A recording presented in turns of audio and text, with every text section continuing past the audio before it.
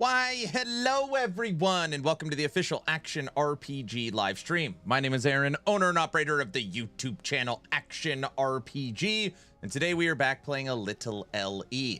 How's everyone doing today? Hello. Hello. What's up, Fusion? Hello. My camera, I'm looking pretty bright today. I turned on all my... I normally don't have all of my lights on, and I look brighter than normal.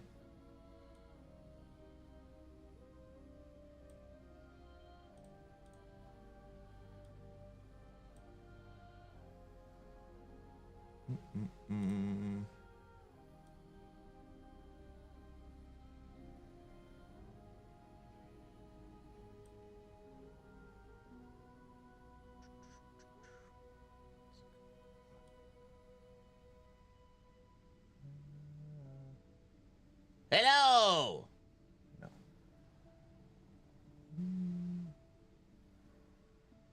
Because no beard and the light is making you glow? That could be it. Give a little color. Add a little contrast. Lighten the scene. All right. Bam. A little better. It ain't easy being green. Hello, everyone. If you get to chat questions for No Rest for the Wicked, maybe you could ask him if there is a way to reset monsters in the pestilence area or add more mobs in that area. Okay, this is what you should do. Save that question, because if you're going to watching the podcast, we will do a, we'll have a Q&A. So I will, if you ask that question during the Q&A, I will read it. I will read it. Hoofprint saying, why in the hell is my computer making weird sounds? Someone dubbed this movie poorly. Kick auto opened Aaron's stream. Kick's like, hey, he's on. Everybody, in 1 hour precisely. 11 a.m. 11 a.m. Mountain Time. In 1 hour, No Rest for the Wickeds. Game director, CEO of Moon Studios, Thomas will be joining us. Let's see, maybe I could do this.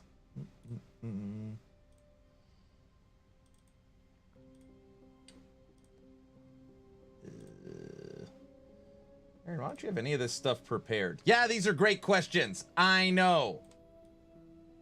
Okay, I'm already yelling. I didn't mean that. I just meant... Aaron really got a kick out of that. Very funny. Kermit as a streamer would be cool. Life needs more Muppets. I hate it when I try and put on the Muppets movie and the kids are like, these are kind of creepy. I was like, no, they're not. They're not creepy. I mean, you know, at a con, maybe they're a little creepy, but not that creepy. The Muppets rule, duh. Muppets are the best.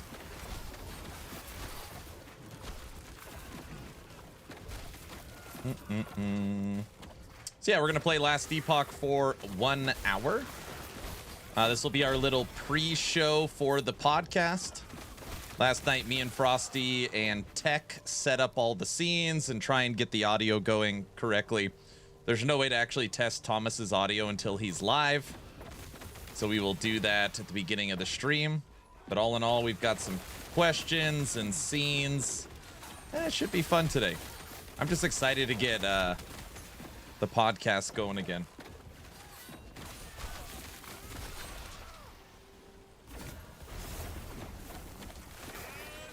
Man, I'm like, I have played so much Torchlight Infinite over the last couple days. I'm like hitting the wrong buttons for how I have it set up. The two grumpy old men. What?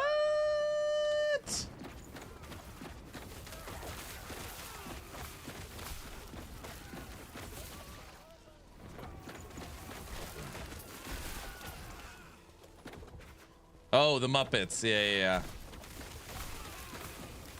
I always thought they did a really good job on those movies too.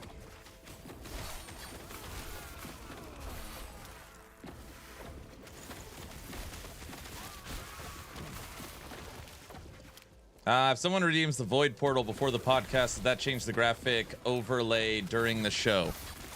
Yes. No, it doesn't. I'm just teasing. Frosty is all about Wicked. He loves this game. And I'm not saying I dislike it. Right? We beat the whole campaign. We finished that final boss without dying. I've had my moments of frustration. But ultimately, like, Frosty is like making build guides and broken stuff. He really likes it.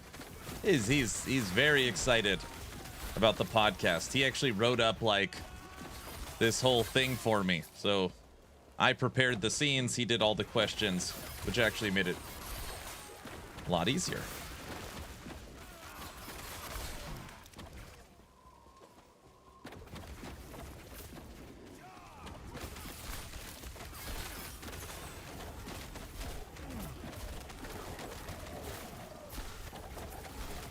Definitely Last Epoch adjacent.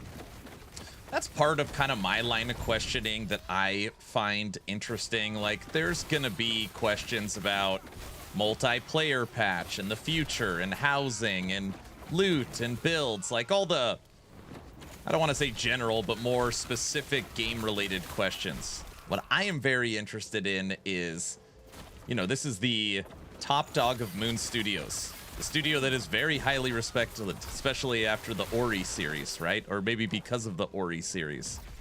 I really want to hear, like, the insights into the genre. Calling out PoE, calling out Diablo. Like, where should the genre move? His plans. I want to hear that kind of stuff. Also, Frosty gave me a little info that he's an old-time RTS fan. I'm like, what? What? What? StarCraft? Staff, thanks for the tier 2 sub. And Teddy, thanks for the tier 1 sub. Thanks, guys. Music, hand-painted world, all top-notch. Yeah, visuals in the game are good. There's only one guy ever, and I don't know why it's like he didn't get to me. But I remember his comment, which maybe it is him getting to me. He was in YouTube chat, and he's like, I don't know how anybody could play this game. It is it's so ugly, the cartoony, like, I hate the visuals. And he, like, wouldn't let up. He goes, no, like, I have to unsubscribe from you. Anybody that likes the visuals of Wicked, I can't follow. I was like, damn, this guy, like, really hates the game. I was like, oh, it's just my opinion, man. Is so mad. Thomas was on the StarCraft 2 cinematic team. I have watched that Protoss cinematic for StarCraft 2 probably 100 times.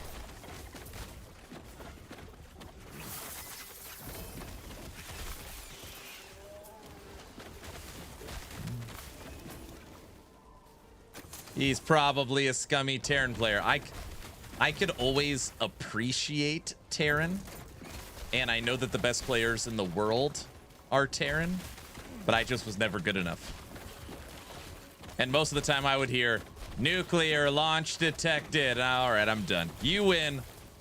You win. I don't want to look for the red dot. I'm out of here. You got me. I hate that. Or the, like, move up your siege tanks 1/4 of an inch and then plant them. Oh my gosh. Freaking Terran. And then they gave him medics to heal. Guys, we're not talking about StarCraft all day. Oh.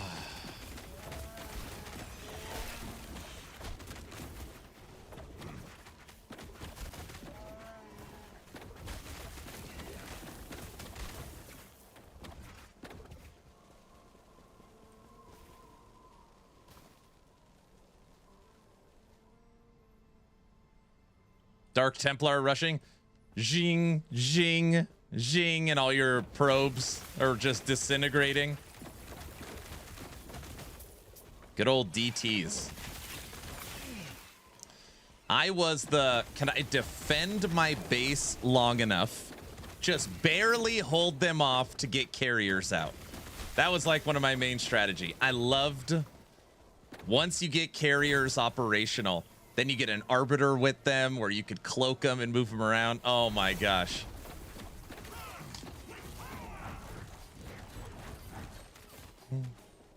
Carrier has arrived. Blizzard should do something with that IP. I hate to say it. I don't know if I don't know how profitable the StarCraft IP is anymore. Young people do not play RTS. It's like a proven fact. It makes me sad. It's just long games, thinking, can't follow build guides, hard to monetize, player versus player. Like, it's just not. I turned Aaron into a Muppet. It's dead. It's been dead for a while. That being said, I don't know if you guys have seen this. I think I could play it without a copyright strike. Maybe not.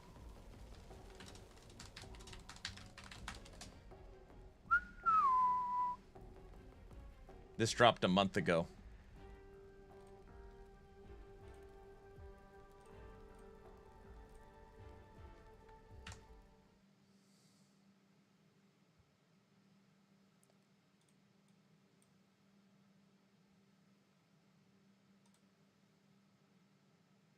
That's weird.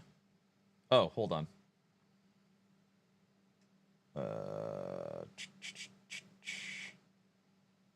I know. No audio, right? Hold on.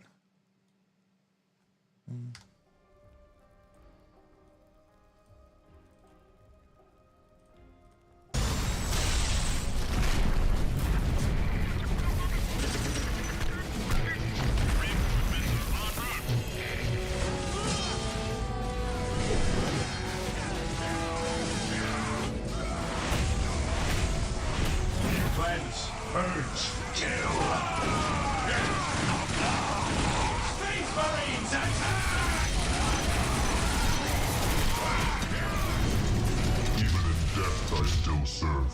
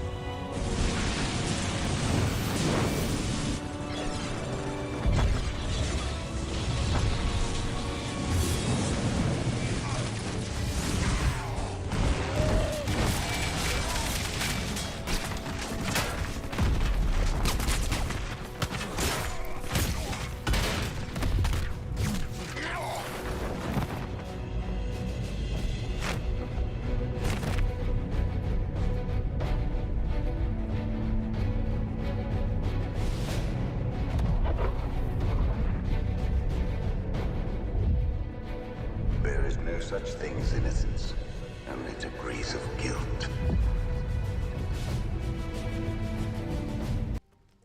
Dawn of War got remastered. Very cool. I think they have a rumor about a new game for StarCraft. It's just not going to be an RTS since it's a dead genre. Yeah, I've heard that too. I've heard that as well. Hi, Luz. Good morning. Podcast day. It's podcast day. Yay. Hooray. Shan, what's up? Podcast kicks off in 48 minutes. 48 minutes. Oh my gosh. We've been talking about the Muppets. And Brow said, Aaron, I turned you into a Muppet. What is wrong with you? That does not look like me. Come on, look.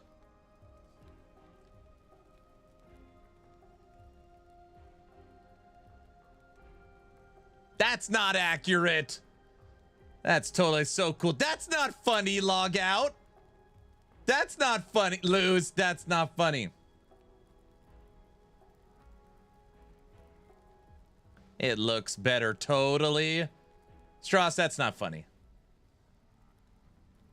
Twins, that's great. Extremely accurate.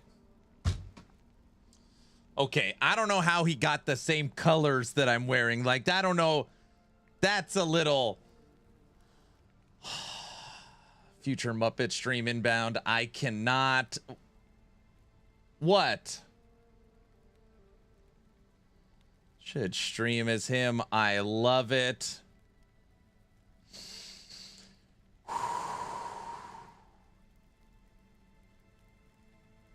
This is inaccurate. Okay. If I was going to be a VTuber, it would be a Muppet avatar. He looks like he won't die as much. That's real funny. That's a funny one. That's a funny one. Oh, yeah. Oh, very funny, Brow. Brow's so funny. He's so good. Oh, that's funny. It's extremely funny. Not accurate, but funny. Oh, brother. He won't be yelling as much. Show the wife. Can't wait to see what the wifey thinks. Oh, okay, everything's fine.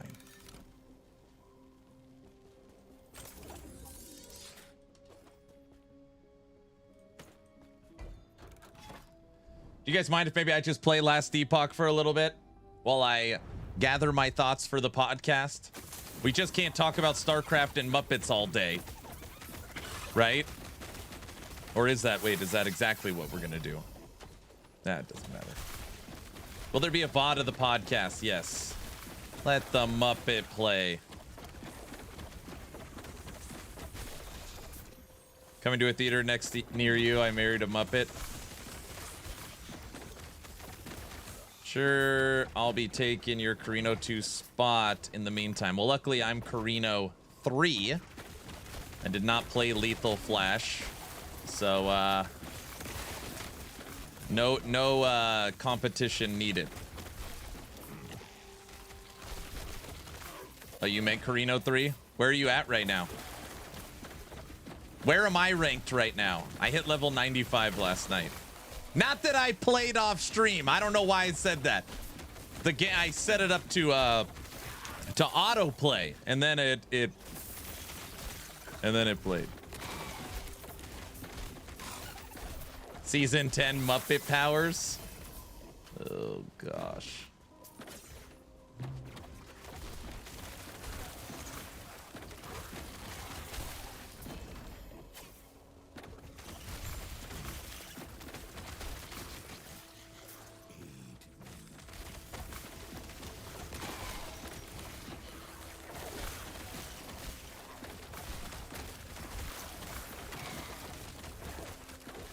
It's okay, we know you weren't leveling and spent the entire time off stream shopping. I don't have enough currency for shopping. That being said, I'm getting hit with taxes now because I've sold over 300 or 400 FE now. I sold something for 80, another thing for 40. So I started building up a little bit of currency. I switched out my body armor and both my rings. They're at least now triple T1 and 3 T2. So still not crazy expensive, but I'm starting to get every item having multiple T1 affixes.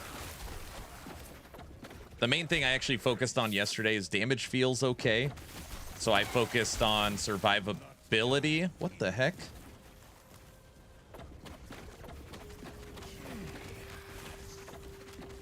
Shade of Oribus. I should have known. I moved my survivability from 10,000 to 18,000, which still isn't a lot, but it's a lot more than I had, so.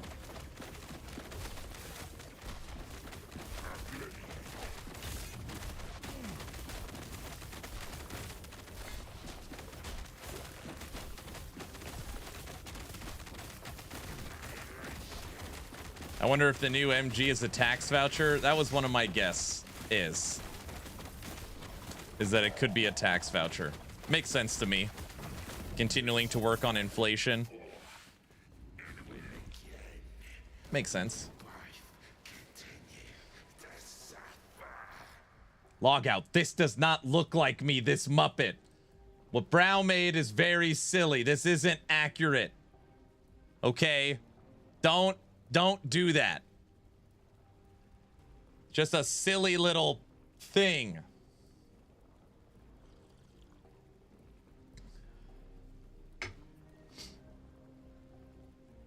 Luz loves it.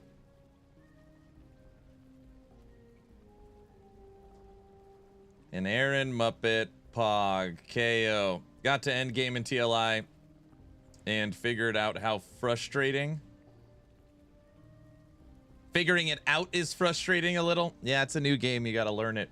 Hello, hello. No TLI anymore. No. We're still on TLI, Neon Prime. I'm just playing Last Epoch for an hour before the podcast. So we're just doing a little 1 hour of Last Epoch. Pre-show. Put it in the merch store. Well, if you put a coffee cup in his hand, kind of. Phelan, this is not accurate. Brow's just playing for laughs. This isn't real. Guys.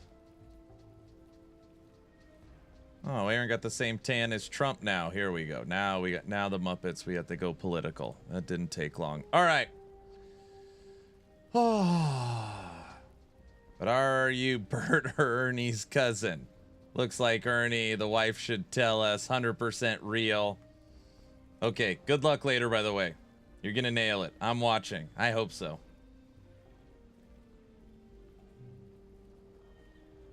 Podcasts are always a little nerve-wracking, not gonna lie. Just because I own all the technical stuff. I own the audio, the video, the scenes, the transitions, what's on the screen. So it's like when something screws up, it is 100% on me. I don't like it. Excited for the podcast? Should be good. Frosty is very excited. But we did our dry run last night. I double-checked everything this morning. It looked good. We couldn't, like, there's not a dry run with Thomas, so I had tech fill in. So it should be set. Just make sure his audio is good, but, yeah.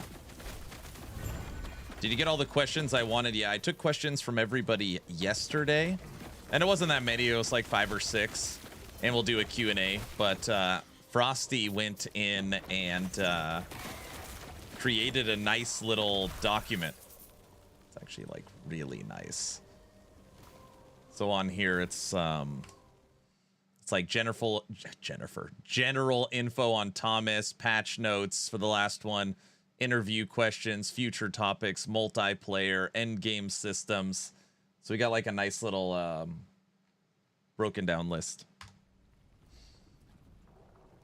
It's not buying a game, but it's still nice to see. I really like the dev, to be honest. He's a cool guy. Yeah, a lot of people say that.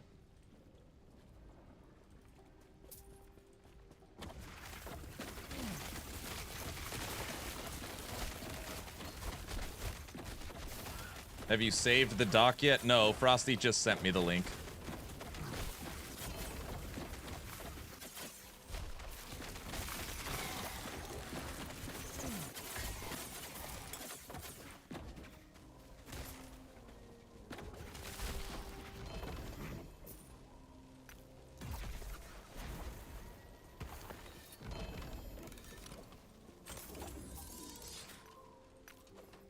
Guys, I don't know if you heard the news. I know there's some people sad because I was reading my comments and they're like, we don't know why you're so excited about snapshotting going away. Minion builds are now dead. It's like, I can't roll my eyes out of my head far enough. Mike basically confirmed as much as he could that snapshotting is gone. They are updating and balancing everything under the idea that there will not be snapshotting in the new season. Gone.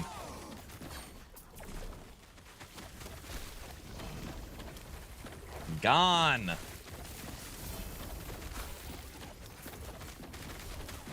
And we never snapshotted any of our minion builds, so the fact that they're updating minions with the idea that snapshotting is gone, like, just there's got to be some multiplicative damage or survival. There got to be. I mean, there's no way our builds are going to get worse. There's no way our builds are going to get worse. Necromancer is going to be a lot of fun. He also said something. If you watch Mike long enough, he talks a lot without words. Someone's like, is there any Beastmaster updates? Well, I guess he does use words, but he's like, oh, yeah. Oh, yeah. Like, really inflecting his voice and, like, high energy, like, almost like coming out and saying, oh, yeah, huge Beastmaster updates. Like, massive updates are in the works. And it's like, really? The Beastmaster? Right? And it just makes me think, I mean, if I would put it 90%, maybe 95. I feel like it's almost a done deal. Primalist Beastmaster's getting its passive tree too. So Necromancer and Beastmaster, both very old passive trees, are getting reworked to compensate for snapshotting going away. Essentially, you want to play Mike in poker. Yes. Any updates to Beastmaster? Oh, man. Oh. I can't tell you anything, but there'll be some changes. Oh, you know, it's like, what?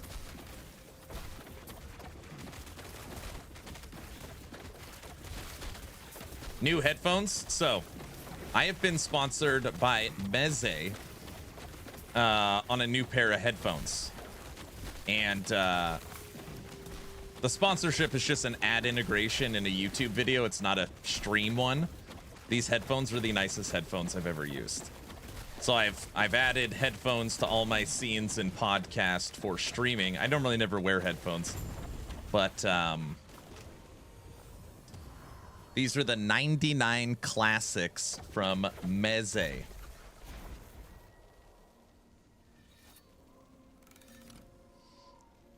$45 days handcrafted walnut wood. I can't explain how nice they are because they're very nice.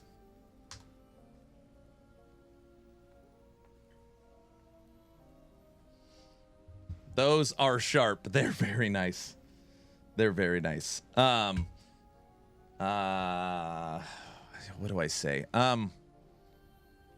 In a time before time when I worked at Best Buy, we had our Magnolia home theater. And Magnolia home theater had, you know, the high-end TVs, but more importantly, the high-end audio. And I don't know if anybody's ever listened to true high-end audio, like $10,000 a speaker. These types of speakers create a sound stage, which means if you're, you know, center mass facing the speakers and they're playing a song and you shut your eyes, you could hear that the drummer is over there and the guitarist singing is over there. And it's like you're at a concert. Now, I'm not saying these headphones can do that, but that is kind of what I noticed is like the sound stage that they built. They're very nice. They're very nice.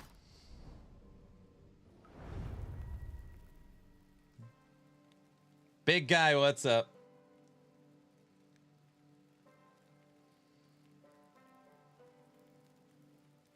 Ready for podcast. 30-minute warning. Let me tell Thomas. 30-minute warning. Also,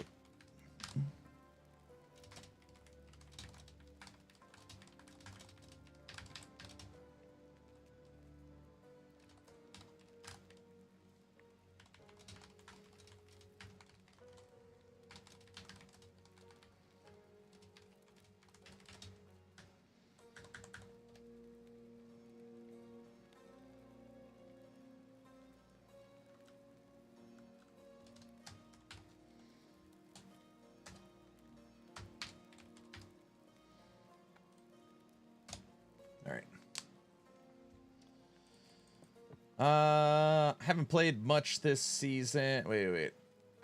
Do you think there will be a pet minion transmog into a different beast in the near future? They already have at least one MTX. Yeah, you could change the way your scorpion looks. And you could change the way your wolves look. And those are the two MTX for minions currently. Every season they're dropping new supporter packs and new cosmetics. Excuse me.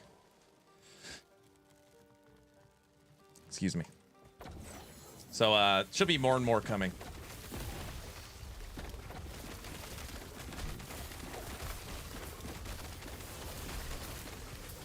When is he coming? He comes in 32 minutes. Podcast starts in 30 minutes.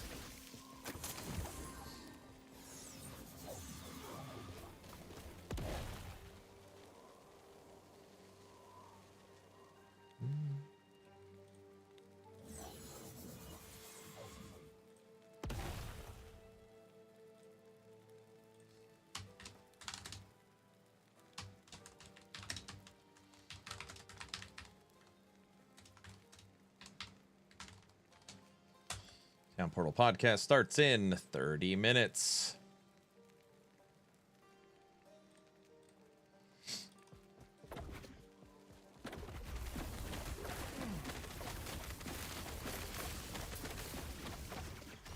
Kind of mad I didn't play TLI this last season because Sandlords is fun. Is it? You're fun. You're right. I don't know why I didn't spec into it. I should have, since I don't know anything about it. Isn't it like Settlers, right? Which I don't know anything about Settlers really either. 30-minute warning. 30-minute warning.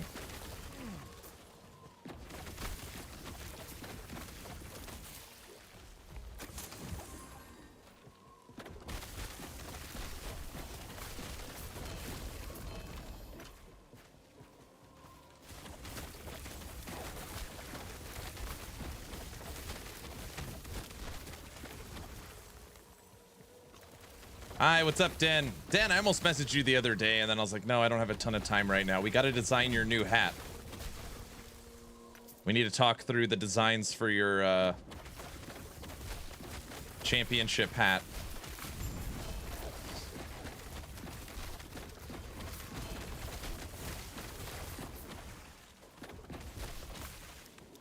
Dude, this season 3 for LE is going to be so good. I'm gonna go out on a limb too, that based upon Mike's reactions, I think we see the marketing kickoff early in the week. He's like, oh yeah, it should be any day now, right around the corner. And normally right around the corner any day doesn't mean a week from now. So I'm thinking maybe we see it Monday, Tuesday. The season 3 trailer. What do you know? I don't know anything. They won't tell me anything. And I'm not in CT. I'm like, you probably know more than me. Who's on the podcast? Just joined. Never mind. I see the graphic now. What's up, Mr. Green?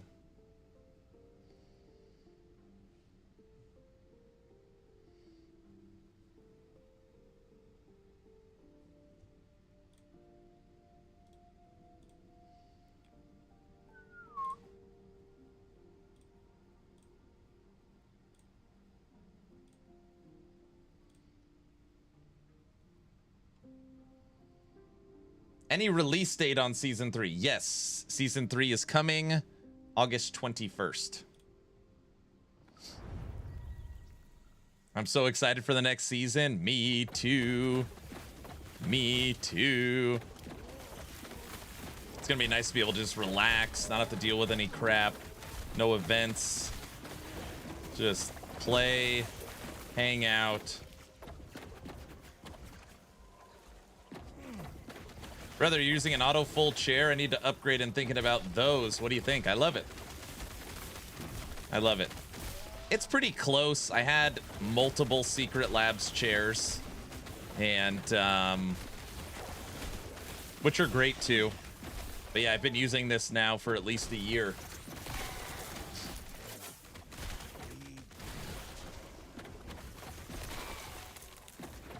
I really like the little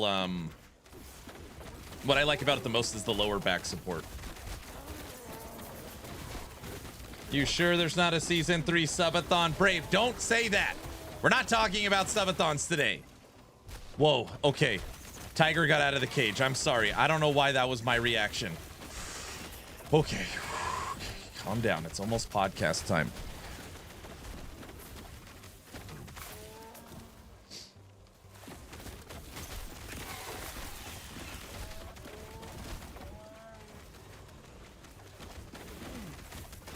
Whoa, put the beast back in the pen. Bring it on, Muppet. Okay, guys. Okay, listen. What Brow made is not an accurate depiction of me. It doesn't look anything. It's just a silly... It's not... Guys, this is not something to laugh at, all right? Brow made this morning. He thinks it's hilarious. I don't... I see 0 difference. It's awesome. Need to show that, change the intro music of the podcast to the Muppet theme show. That's real funny. Aaron thinks he could trick us by posting a pic of himself. That's completely different. The headphones are not the same. That's funny. He looks like he's ready for a subathon. Am I a man or a Muppet?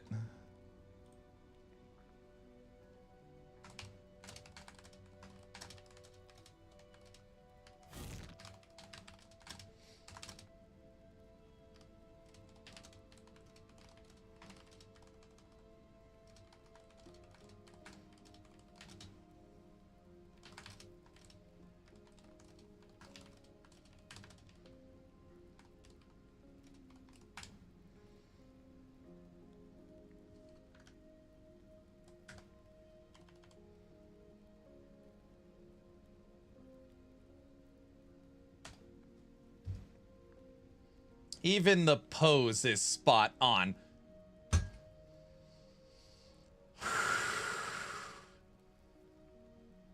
Saying it's not accurate is just challenging someone to do it better. Okay, awesome, Den. He should be next to you as a puppet. How cool would that be? Your co-host. All right, Brow. Now you're upsetting me. I was here. I'm ready for the podcast, and now I'm here. So just know that that's what you've done. You've taken me from here to here.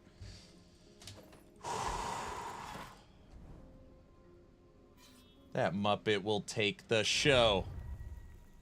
Does Puppet Aaron love the bazaar too? You guys are so funny. You're funny.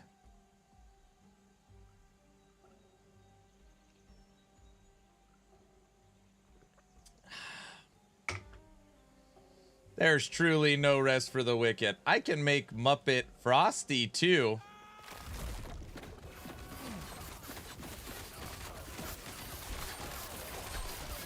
"20 minutes. 20 minutes. I want one. You want Brow to make a Muppet of you?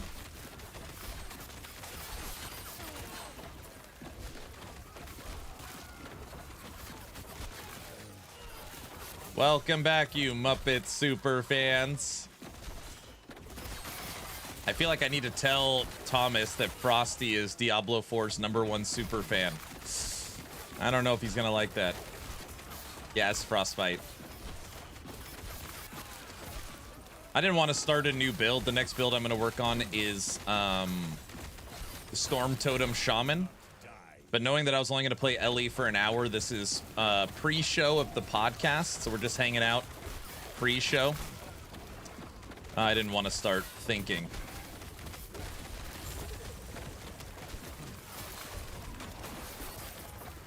Muppet Aaron and Muppet Hog fishing in a lake.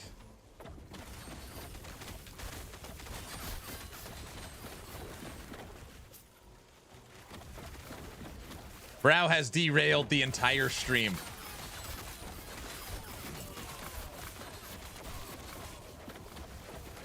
That's a great idea.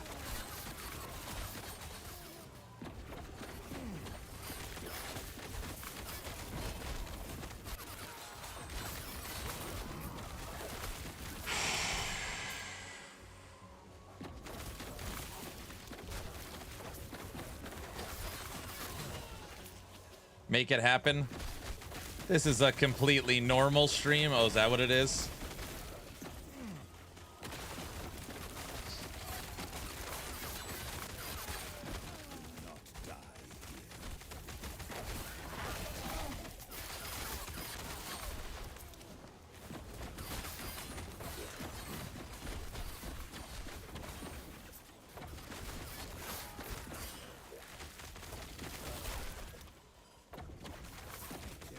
All because you had a slight green tint this morning. I never turn on all of my lights. I was like, all right, for the podcast, I'm gonna like, I don't know, try to look more professional. It sounds dumb. Anyways, I turn on all my lights and my camera settings were like, I got a little like greenish hue. So people started talking about the Muppets and how I look like a Muppet at the beginning of stream. And then Brow did that. Which is very inaccurate to how I look. So, this is where, if you're wondering where all this convo came from.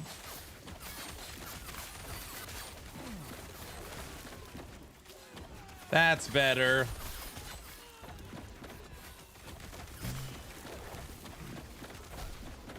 As a casual, I like Diablo 4, but I hate the boss fights. Yeah, I mean, I get it. I just think the boss fights is the game, right? It's like kind of hating like the main majority of the game. Wait, so which one's the real Aaron?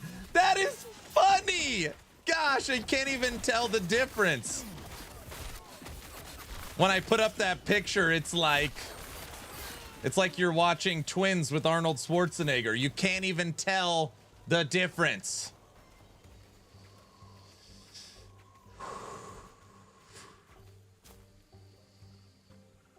Lose, that's not funny. That's not funny.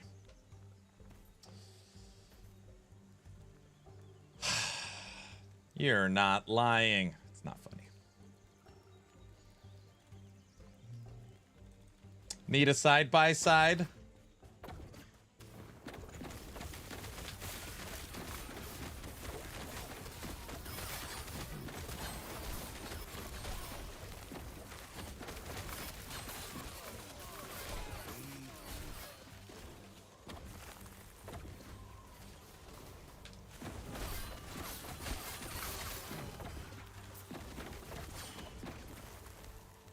I thought that was just a shot of what it looks like without the extra lights on.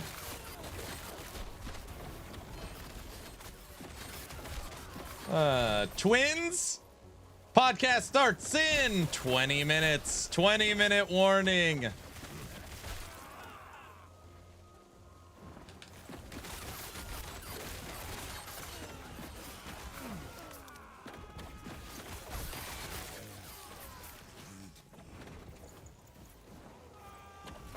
Muppets. I did not have Muppets on my bingo card today. I didn't have it, guys.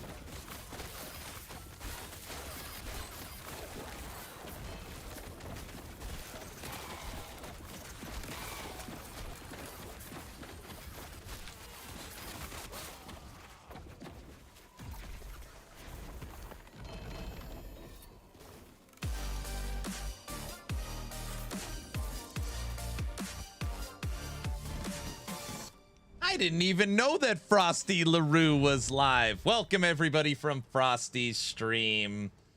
Me and Frosty are about to have our podcast. No one does. Here we go. Now I gotta listen to this. Frosty, do you think this looks like me? Come on!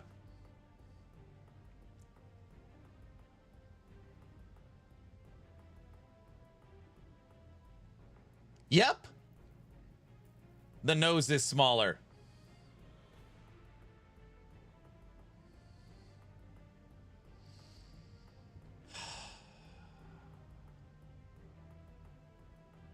It's the same picture.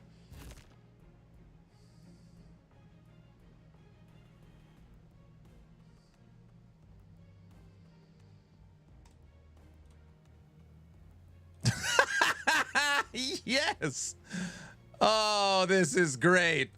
Oh, thank you, Brow. Thank you.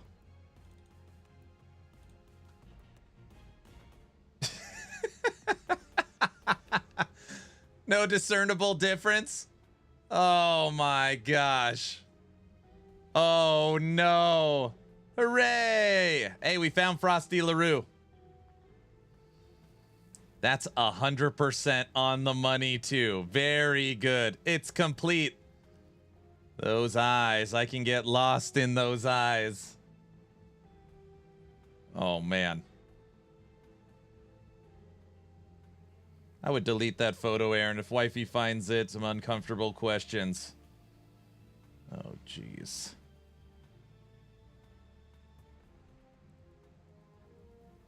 All hail our new AI overlords and their imaging tech.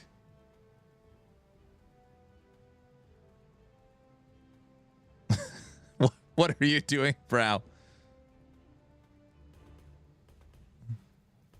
I think he's doing Hog now. This is great. We're supposed to be getting ready for the podcast, not looking at AI Muppets, right?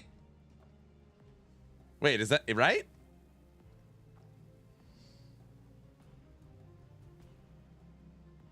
Eventually, we'll be able to live as Muppets with a filter. That's right. This is how we're getting ready for it. That's true. Are you getting ready? You are getting ready for the podcast.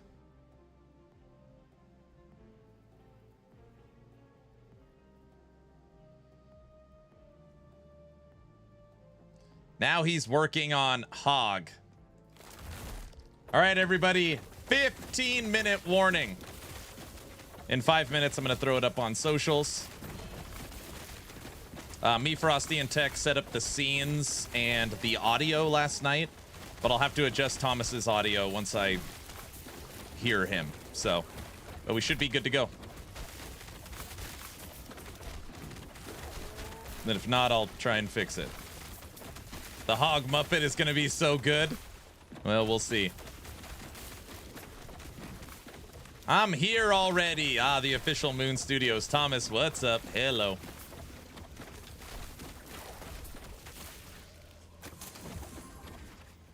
Make him Miss Piggy? Oh my gosh. Hog should be Miss Piggy, right? I don't think there's a...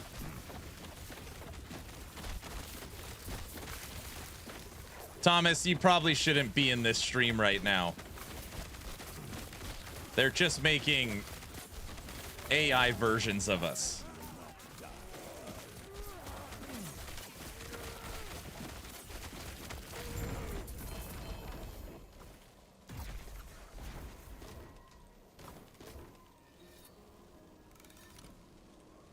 Thomas, do you think this resembles me in any way? Come on. Come on. Lore accurate versions? That's ridiculous. It looks exactly the same.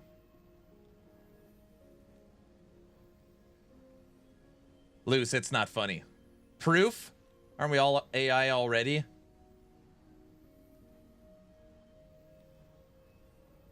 Ha ha ha, nice doll. Oh my. Yep, 100% the same. It's your twin brother. It makes me happy. It's like a duplicated... He's duplicated his webcam. You guys all have a real problem. I don't know how to help you. Book version versus what we got.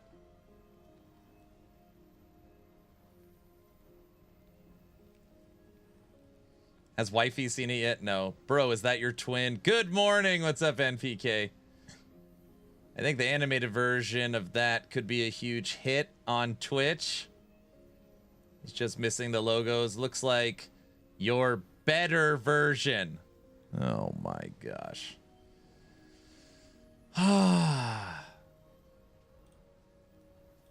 Here's Frosty's.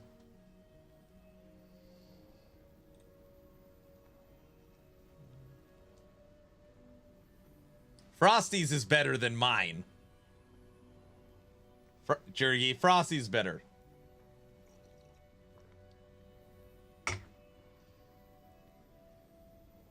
It's so fluffy!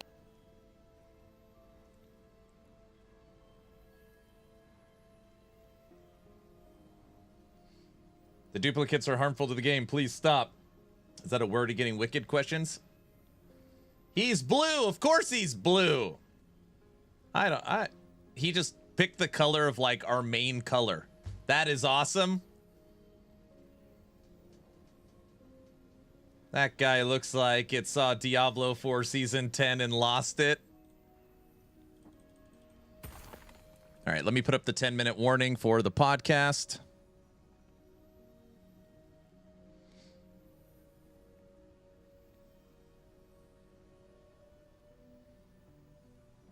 Okay. Announcements.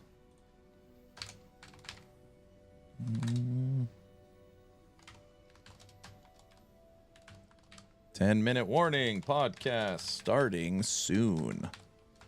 Come hang out.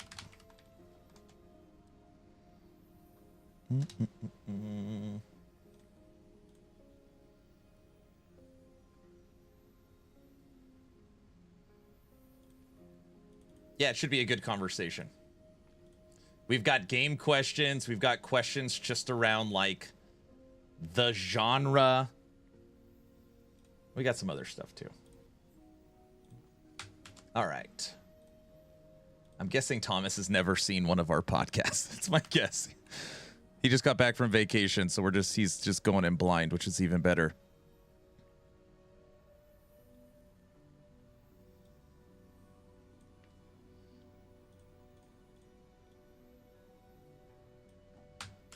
All right.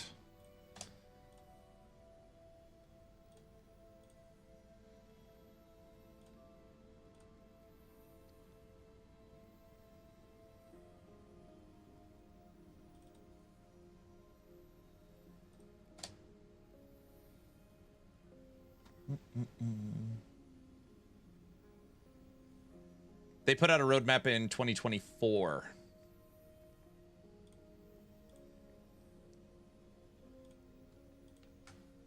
Since then, they've changed it a little bit.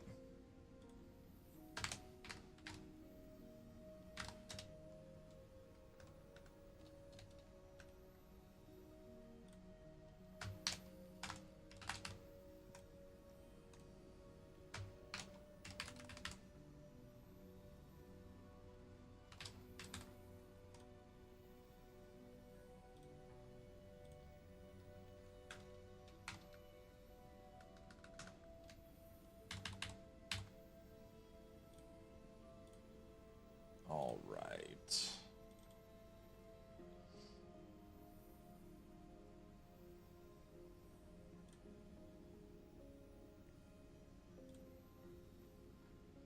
Okay, sent. Oh, you guys are just gonna die when you see hogs. Oh my gosh. Anybody know? It's hog, baby. Oh my gosh. Oh, come on.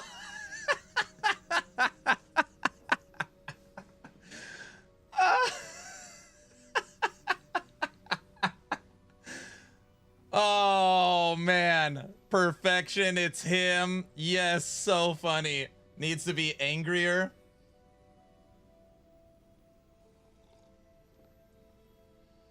Oh man. That is great.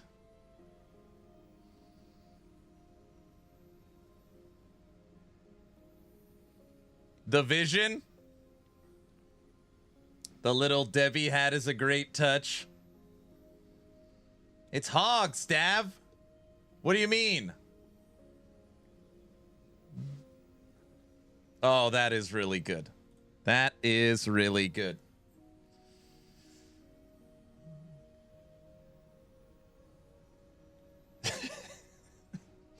You like that one, Shin? All right. No more Muppets. We're done with Muppets.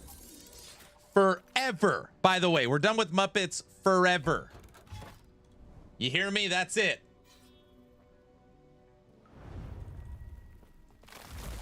I should take like 3 days off of streaming so that you guys forget about the Muppet crap.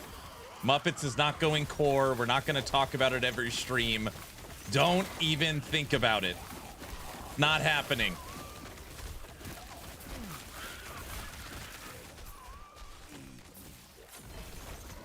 Flip, send it to Hog. Hog is awesome, I know. He's a friend. Muppet stream. You could be a Muppet VTuber. The internet is for cats anyways. Exactly.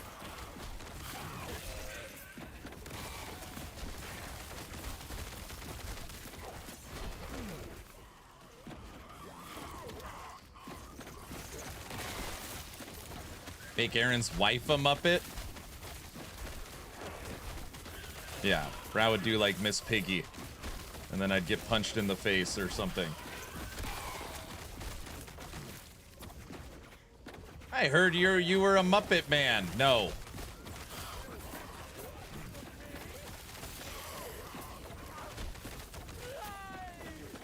A Muppet-a-thon. Oh no. There's a new thing I'm gonna have to deal with all the time. Okay, maybe if you ignore it, it'll just stop. It's a good idea. Yeah, we're just gonna ignore it. Do you know the Muppet Man? We could still win this. All right.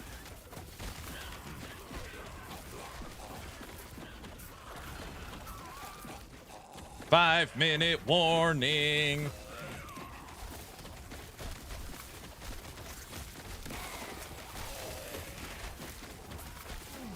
The Muppet takeover has begun. Aaron hopes that the Muppet thing is gonzo. I see what you did there.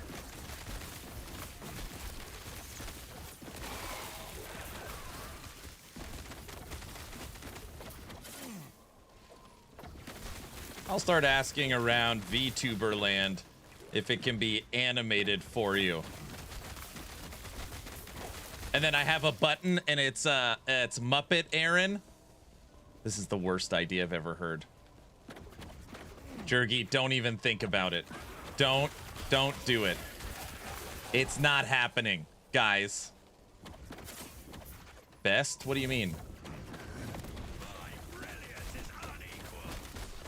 No, you can't because it's copyrighted and AI. You know, you can't use that stuff. Right? What a great idea. What? Average cost is like 10,000. Be ready to fund. Is setting up an animated VTuber super expensive? I don't know I don't know anything about that.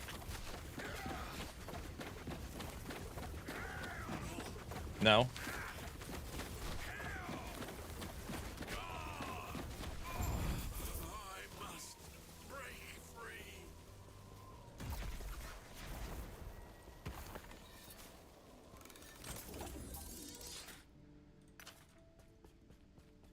Yeah, it is actually, or it used to be. That would make sense. All right, let me go to the bathroom real quick.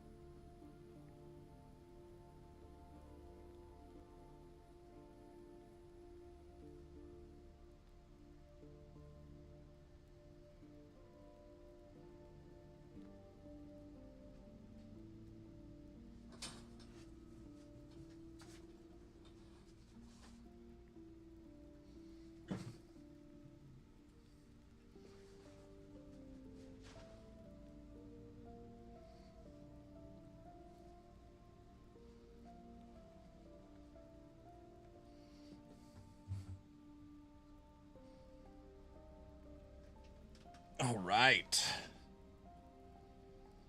I think we are ready to go. 2-minute warning. Podcast starts in 2 minutes. So this is what's going to happen. I'm going to go to my be right back screen and it'll be completely dead silent. So you'll see be right back. I'm going to bring in Thomas and Frosty LaRue, ensure everything looks fine. And then we'll go through the normal Town Portal podcast. So hopefully everything goes off without a hitch. We did a dry run last night. I might have to correct a little bit of audio during the stream, but yeah, we should be good to go. Hopefully it's a fun one. Hopefully it is a fun one. Okay. You know what? Maybe we'll just, yeah, and we'll just go right now. All right, everybody. Town Portal podcast officially starting in a few minutes. I'm going to go grab Frosty and Thomas. We'll just do it right now. We're doing it live. I'll see you all in a little bit. All right, bye.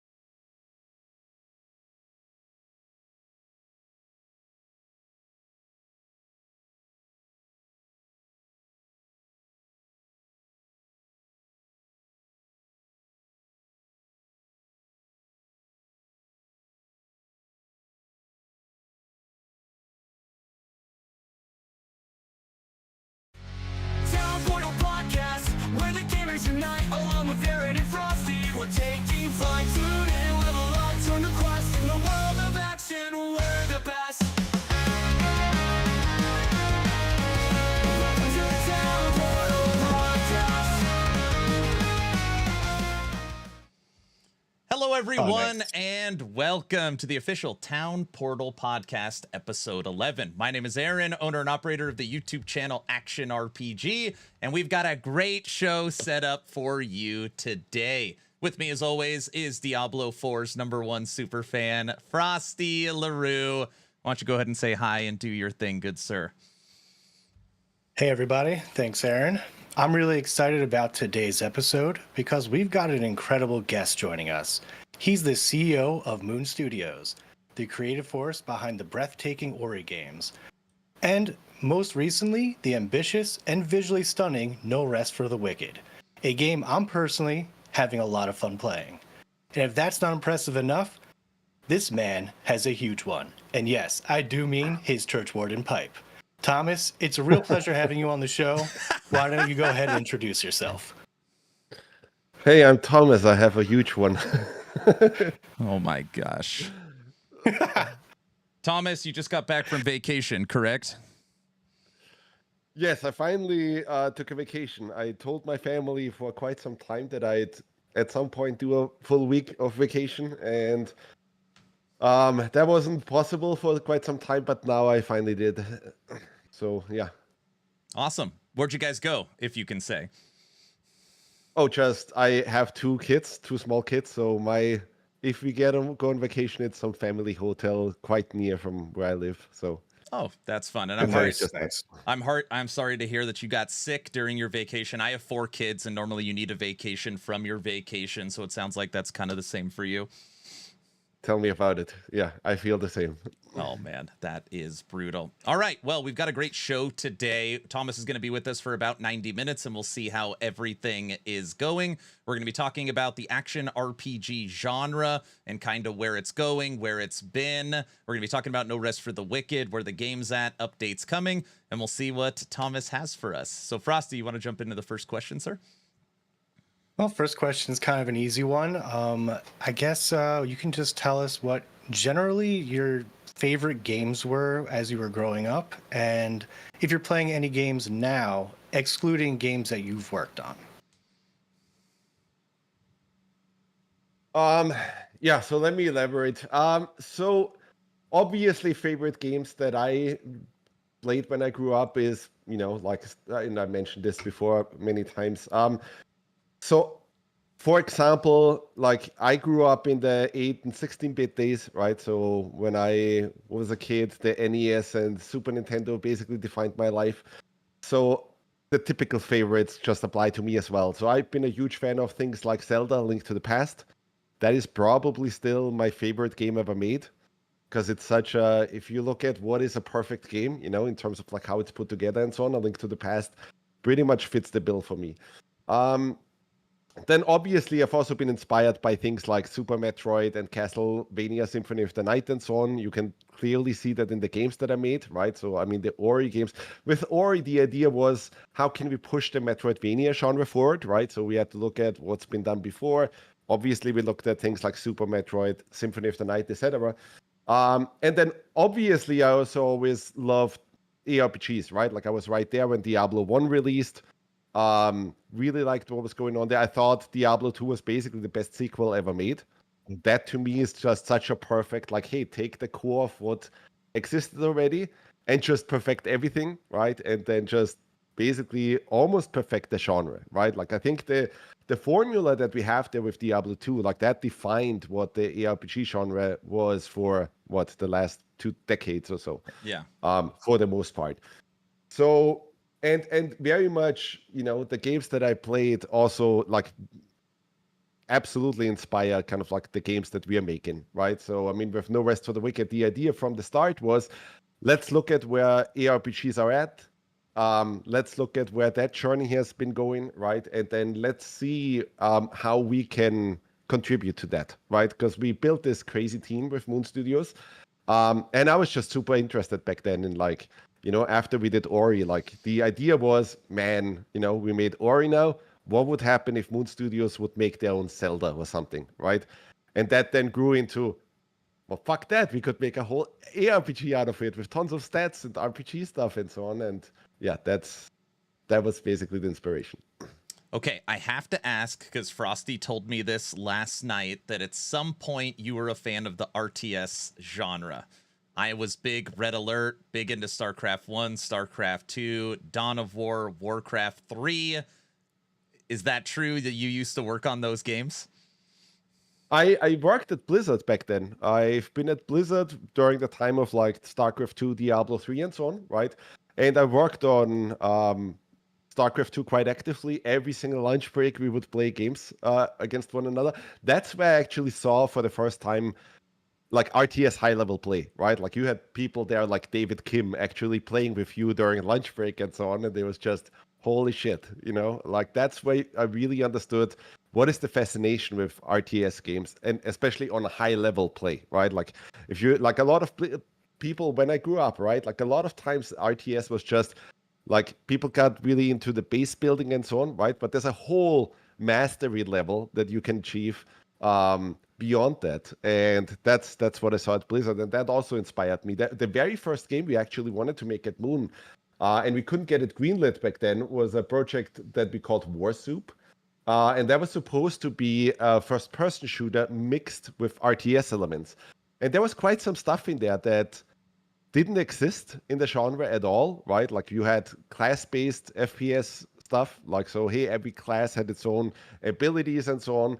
And then also it was about this whole, yeah, you start out weak, but over the course of a match, you actually gain power and so on. And you had to pick which power progression you are going for and so on. It's interesting. That sounds fun. Yeah. There is still a video on YouTube that shows a little bit of what we had back then. But yeah, I love RTSs in many ways. Are you Team Toss? Nice. I'm a Pro Toss guy. That'll be my last RTS question. Nah, Zerg, man. It's all about Zerg. Oh my gosh. You rush, don't you? You do like Zergling rush or something like that. Of course. Of course. Unbelievable.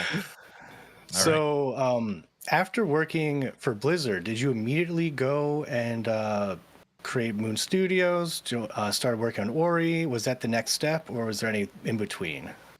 Well, I can tell you what happened. So just to get the visa for me to move from Austria to California back then took about 6 to 9 months or so, right? And that was a time where I then said, hey, fuck it, I'll try to kind of like experiment with learning like hardcore how to program and so on, right? So I could make game prototypes and so on. Because if you remember, that was the time when indie games suddenly took off, right? During the PlayStation 2 days and GameCube days and so on, there was really no outlet for a smaller team to make a game anymore, right? Like just to get into retail cost you, what, at least like $1 to $5 million or something, right? Jeez. So it was impossible basically for small teams to make games back then and like put them on a console. Even the indie market didn't really exist back then, right? Especially not in the way that it exists right now. And so when I was at Blizzard, the indie market basically exploded, right? Like you saw games coming out like Braid, Castle Crashers, Limbo, Super Meat Boy, and all of that stuff, right? And I was just so inspired by that, right? I was like, while I was working on these AAA games, I had so much passion for, oh my God, imagine what we could do with a 5-person team or 10-person team where you just really focus on core stuff and genres that have been abandoned or that haven't been done properly in past years and so on, right? And I mean, obviously that market completely blew up, right? Like that market completely exploded in the last few years. And at this point, like I feel like, I mean, indie games are in such a good spot right now, right? Especially compared to AAA. I think that's where a lot of the innovation, where the really interesting stuff happens. And you could see that too. And I know it's like, I don't know if you consider it indie, but I don't know did you play Claire Obscure Expedition 33, team of 33 people?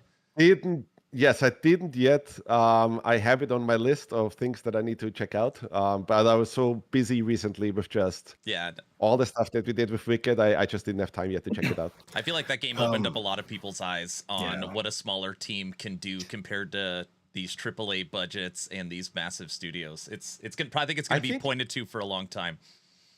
I think we reached a level now anyway where you see that whole AAA thing isn't really working anymore, especially not the way it used to, right? Because AAA, even just 10 years ago, so you were a AAA studio when you had like 50 to 100 people, right? That was it. That was like you were a AAA studio. By now, like that has just exploded, right? Like to make a AAA game on PlayStation 5 and so on, if you want to be a Naughty Dog or a Ubisoft or something, you have to have 300, 500, sometimes 1,000 plus developers on it, right? Especially if you consider outsourced studios as well, which is quite bananas. And you can say whatever you want, right? Like the product that you make, if you have 1,000 people working on it, will always be more factory-like compared to a product. Like all the products that you guys grew up with that you loved were basically by today's standards, indie games, right? Like a Diablo 2 was made by a team of basically 50 people at max, right?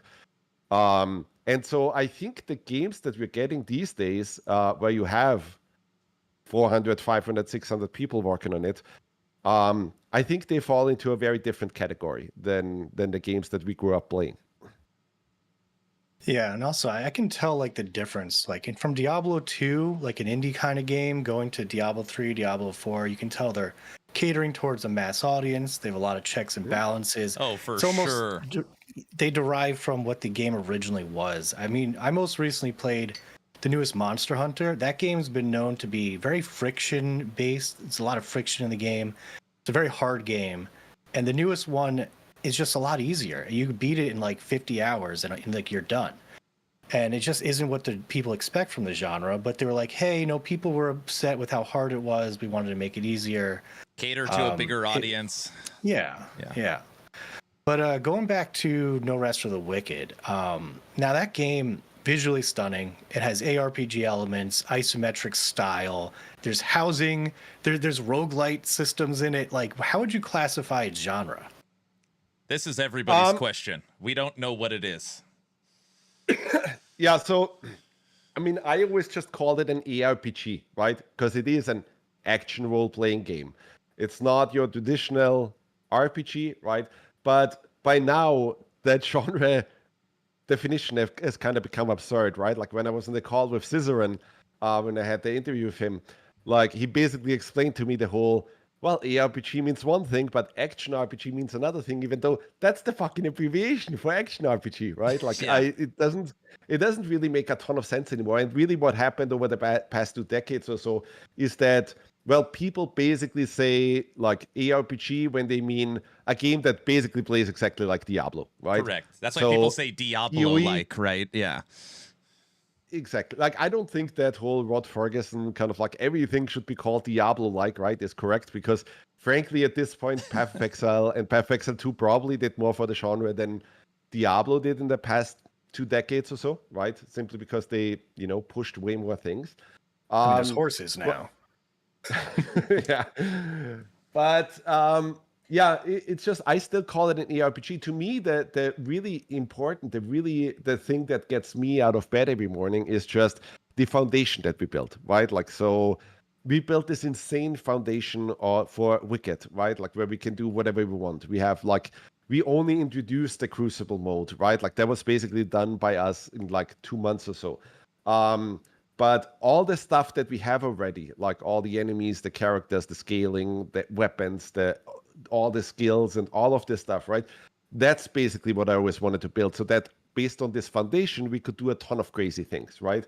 So at its core, Wicked will always be basically a Souls-like action RPG, I think is what people are okay with, right? Calling it, because it has the animation commit combat system where if you do an attack, you actually commit to it. If you look at, like I just looked at you just playing right now, Aaron, right? Yeah. And to me, the ARPG genre has devolved a little bit. And I know that Brevik agrees with that, right? It has devolved into basically a bullet hell shooter. Like, if I watch the gameplay right now, it's very much just tons of explosions on the screen, tons of numbers, but you're not really playing intentionally anymore, right? Like, you're almost playing the meta more than you're playing, the game. A running so simulator. It's just kind of like numbers. Yeah. Well, I wouldn't say that. Running simulator to me means, that, hey, the core gameplay is walking around, right? But with games like Diablo and Path of Exile, it's really just try to explode as many things on screen as possible. It's almost like cookie clicker, right? And I don't mean that in a derogatory way, right? Because like, hey, things like cookie clicker have a ton of fans. But it's not necessarily, and I know like people will go crazy when I say this, right? But it's not necessarily skill-based. It's more, like stats-based, right? Whereas you have games like, the Souls games and all of this stuff where it's like, okay, this is clearly skill-based. Like you have to just be good at the game. With Elden Ring and so on, now you can kind of like over-level and so on, right? But I would say these games are more kind of like skill-based. And that's where we also saw, where I think the genre should be going, right? That it should be more intentional. I always thought that when you listen to what Dave Brevik said about Diablo 2, I think for him the first 1 to 30 hours or so of Diablo 2 is basically what he wanted the experience to be like, right? Whereas then in Endgame, because of the maths behind it and so on, everything goes batshit crazy, right? Where it's just, okay, now I frost nova across the entire screen and everything, tons of times. Yeah. But that's basically what the genre then has become, right? Like if you look at from Diablo 3 forward, including Path of Exile and so on, you play it like that. It almost feels like watching someone play a bullet hell shooter. It doesn't really feel like Diablo 1 or Diablo 2 anymore, right? And that's where we kind of like wanted to pull back a little bit and go back to that of like, okay, this deliberate and the combat has to feel really satisfying and juicy, and like even just dealing a hit at the right time has to feel like, oh my god, yes, I pulled it off, right? Like I finally killed this big enemy or something, which is a feeling that doesn't really exist in ARPGs, I think, these days anymore, because it's just blasting off as much stuff as you can as soon as possible. Yeah, when I first played No Rest, I went in thinking, oh, ARPG, Diablo 4. I just should go in and wreck everything. I noticed I was dying. On the boat? You were dying on the boat? I was dying everywhere. On the first boss, I'm like, okay, this is very, very frustrating. I did have a good time, not an amazing time, but after the Breach update, I came back with the mindset of, this is kind of like a Dark Souls game. You're going to die. You're going to have to build your character in a certain way. You have to learn moves. You have to anticipate actions. And I absolutely loved it coming in with that mindset. Instead of just kind of breaking away from the current ARPG mindset, it's been a lot more fun. But just tangenting off real quick, you mentioned this is a good base that you've built, and there's so many things you could do. I've heard you talk about possibly adding like a Stardew Valley farm system. Like I even heard tower defense at one point. What are kind of some crazy ideas you've thought of or working on, or that we can possibly share that might or might not be in the future of the game? Well, so for example, one thing that I'm playing around with right now is because we have all the systems already, right? We have the crafting in the game, we have the combat in the game, we have all of that. One thing that I'm dabbling with right now, and no promises that this will drop anytime soon, right? Of course. But I wanted to see what happens if we add a survival mode to the game, right? Simply because, well, we're already currently working on the multiplayer update so that everybody can finally play multiplayer and trade items and all this stuff, right? Like do all the things that you associate with ARPGs normally. And part of that was always the whole, like, we're getting a lot of messages from people saying, hey, I'd love to dive into early access, but I'm a player who plays for the story and I don't want to spoil the story, right? So one of the things that we have been discussing is, well, can we give people a mode where they can just sandbox it, right? And have fun with the world? Because the world that we built is at Moon kind of like we're handcrafting the entire world, right? We never really did the thing where, oh, let's just procedurally generate a flat plane and then have some things, like be in a different spot every now and then. We never did that. We always thought, no, it's way more engaging if the level is really built by designers. And then on top of that, we change which enemies you encounter and all of that, right? But every time you go in, like the base of the design should be extremely strong already because a designer basically mapped it out and built it. But then what we're throwing at you, that should be randomized. That should be the thing that feels different every time. And then with that, what you can do is, well, let's let people play the game in a completely different way, right? Like, how about you play the game in a way where the story doesn't matter, where, Sacrament is just like doesn't exist for the NPCs and so on, right? Where it's really just, hey, the world is full of enemies and so on, and you just almost play it like Don't Starve Together or something, right? Where it's just hardcore, okay, here you go, this is a survival thing now. You can build your base anywhere. You have to be aware of day and night cycles and so on, right? And you kind of get a drift of what I'm saying when I say, like, to me, what we built with Wicked over the years, right, is basically this platform that allows us to do so many great things. And the magic is in making all of that work together, right? Like making all of the housing and the ARPG stuff and everything just really work together. Because that feels super satisfying. We basically want to build a world that you can live in, right? And that is really cool. So adding these kind of modes and extra stuff that you can do in the game, I think that's super exciting. I think that's super thrilling. Frosty, you would love Nice. that. It's like adventure mode. What is that, like a Diablo 3? Diablo 4, Adventure mode? you don't have to do the cinematic. You could just go into the Okay. open world. Yes. That's I how don't mind this skipping idea the started, by cinematic. the way. Like, I wanted to do a free roam mode where there is no story, and like right from the start of the game, you could go to the Black Trench, right? And just, hey, let's just see, right? Like, just basically give people complete freedom, right? Like in the Zelda games that just came out, right? Where it's just, okay, well, we're not putting any barriers there anymore. We're just basically saying, well, if you want to, just fully explore the world right away, we will allow you to do that, right? But then, hey, it would be even more fun to add even more stuff on top of that. So that even people who already played Wicked, because we have players right now on our Discord server, right, that have played for over 1,000 hours. Yeah. So even for them, for them especially, like it would be really fun to kind of like explore the game in a completely new way. And just generally for players, like there's a ton of retention there, right? Yeah, so you have in the forum, right? Like that, hey, in the chat already, there's people that have played 250 hours or something, right? Which is pretty crazy for an early access game, right? That literally, like, we have a good 40 to 50% or so that already played hundreds of hours, which is just bananas for an early access game. So I just want to explore more there, right? Like, and I think you see a certain fatigue right now with how the ARPGs are working. Like every single time when Riker does an update of here's what the new Diablo season is about, right? I'm like, oh, and there's a slight hint of disappointment, right? When it's like, it should be fucking thrilling, right? It should just be, we can do so many things in the genre still. And for some reason, we're not. And I think that goes straight back to, like, I don't think Blizzard, like, I think the developers at Blizzard probably have the same ideas that we have, but they're probably getting told, no, right? No. And I just don't get it. Like, you could exploit that genre so much and just squeeze the fun out of it, right? What Like, we think just is squeeze it for happening what it's is worth. that what content creators, what we theorize is that, you get vampire powers and you get boss powers and you get witch powers and you get chaos power. Like all the same seasons kind of feel the same, at least if we're talking about Diablo. And basically, the game is likely in the green every season. So since it's profitable, it's like, why innovate? And that kind of goes back to what you were saying about AAA. There's so much more to it than just making the best possible video game. It's is the game profitable for the future? Yeah, they're catering that's to the the thing mass audience, and not for people who love the genre.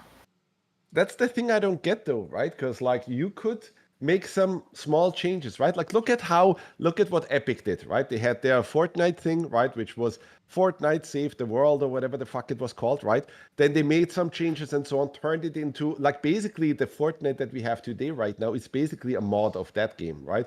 And it fucking blew up, right?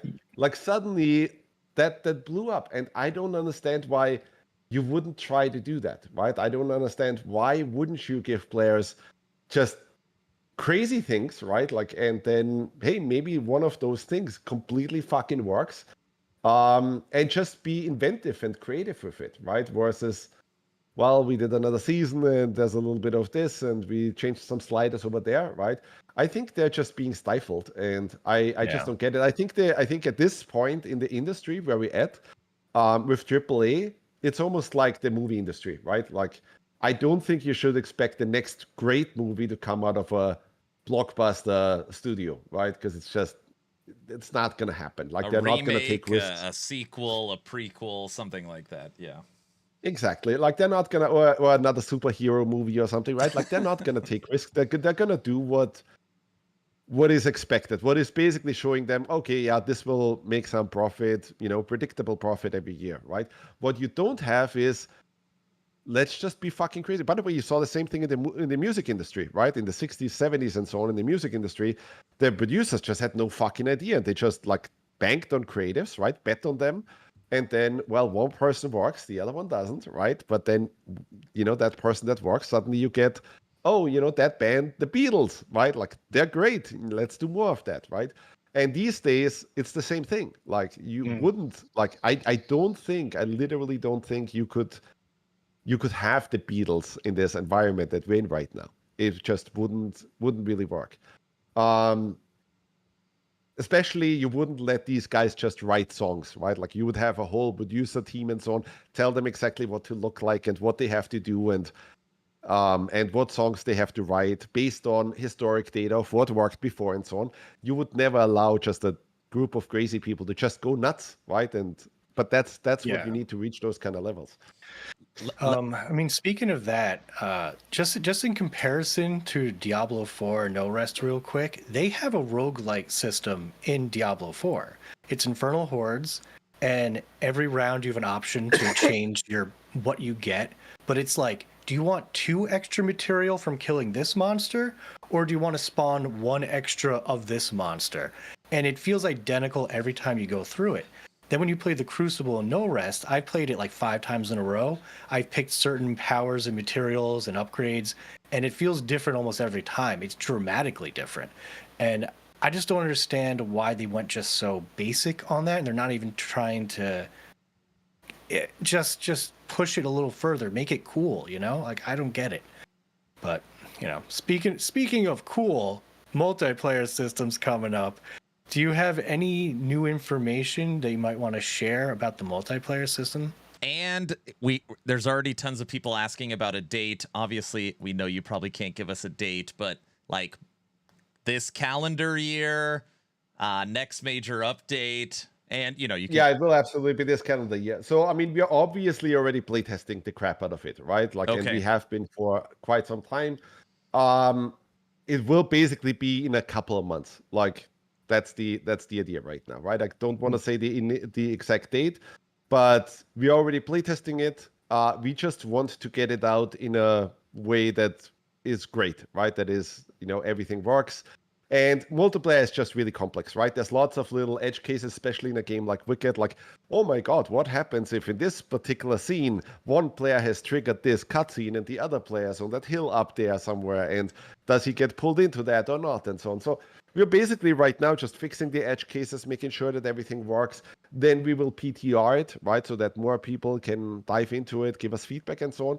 And then we'll release it. That's the idea. We have so many specific questions around it, like housing and how all that stuff is, stuff's going to work. Let's get into it, but let's define the basics, right? So in terms of multiplayer, the thing that I saw in the ARPG genre, right, is that I think that's another thing that we kind of like have to criticize from a developer's side point of view a little bit, right? Like, I think you guys all know the story, right? Like with Diablo 1, they made Diablo 1, and literally like a couple months before release, Condor, Blizzard North back then, didn't have any fucking multiplayer in there, right?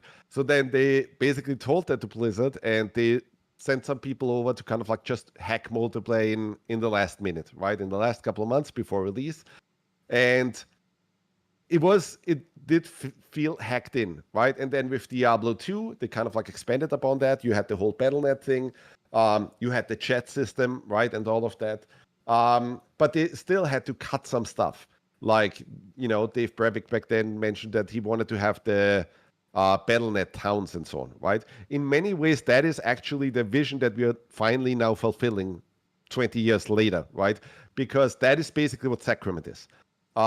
So if you look at the multiplayer, the way we built it and the way it's existed now for a long time, I always thought the multiplayer in ARPGs is a little bit stupid, because what happened there is that, well, you create a game and that's now your safe game, right? And now you invite people as a guest temporarily, right? But you never really get that feeling of, oh, we're sharing something together, right? Like, I'm just always get the feeling of like, oh, I'll temporarily invite a buddy, right? But what I always wanted to get, and what we've been trying to do with Wicked, was the whole feeling of like, I create a realm and I now share that realm with other people. So now and that realm now always exists, right? So now if I go to sleep and Frosty keeps playing, and I go back in the morning, I see all the shit that Frosty did, right? Maybe he left a message in the community chest box where he said, hey, Thomas, I found this crazy armor set for you, right? I put it here. have fun. By the way, I need a sword like this one, right? Can you find that for me, right? And then I see, oh my God, he already built an insane house or something right in the town, and I don't want to lag behind. And he already basically reached level 20 overnight, right? Because he's a bastard, and that kind of thing. And That is true. So somebody clip that. That is a factual. Sorry. Okay. Go on. But that's the feeling that I always wanted to have, right? That I could wake up in the morning and I already see what other people did and so on, and now I could catch up and so on. And we're actually sharing the game together, almost like Secret of Mana on the Super Nintendo or something, right? Where it's like, no, to play together, you had to actually play together, right? It was not just temporarily guest invite, right? If you look at the Souls games, it's the same thing, right? Like if you want to invite someone, it's even worse there, right? Like you temporarily invite a guest, they help you with a boss, then they get kicked off your server. And it's just, that doesn't make any goddamn sense. If I want to play with somebody, I want to play with them for a whole session, right? Diablo allows that, but then, like they have their save game over there and I have my save game over there, and we're not actually sharing that, right? I wanted to have quests there where it's like, okay, this is a pretty big fucking quest that we actually have to solve together, right?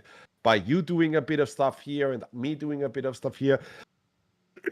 That was also the idea behind building up Sacrament, that you needing, for some projects, you need a whole bunch of resources and so on. And as we increase in tiers, well, more and more of that will happen, right? You will need more and more resources.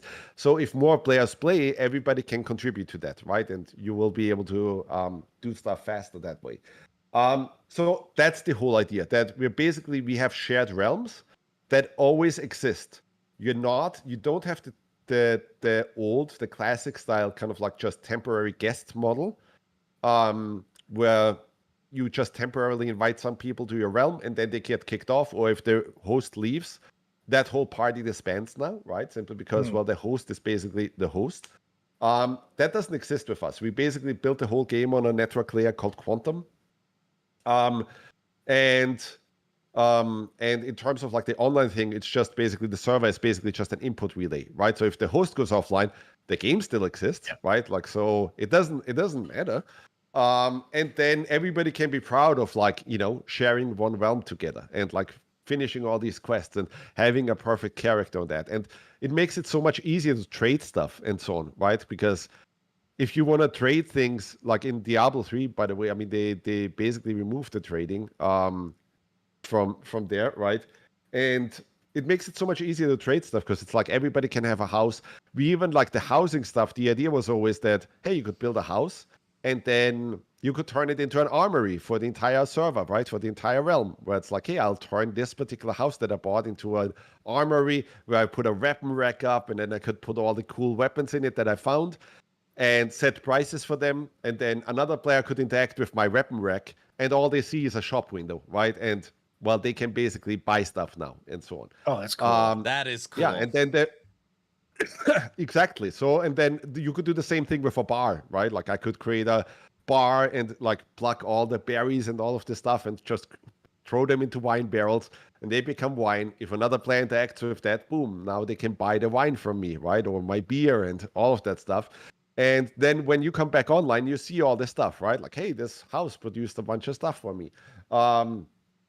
So that's basically what we're after. Like, it's a completely different system than what you currently see in ARPGs. I do hope that influences the developers out there, because I do think the system is better. Obviously, we will also allow you to invite a guest, right? Because every now and then you just want a stranger on your realm, like, hey, I want to trade with this person that I met on the internet and he has this particular sword and I want that, and I'll temporarily invite him, we can initiate a trade, and then I kick him off, right? But generally speaking, the idea is that you invite citizens to your realm. And once you invite a citizen, like, you have to be careful who you invite, because they have the same permissions that you do, right?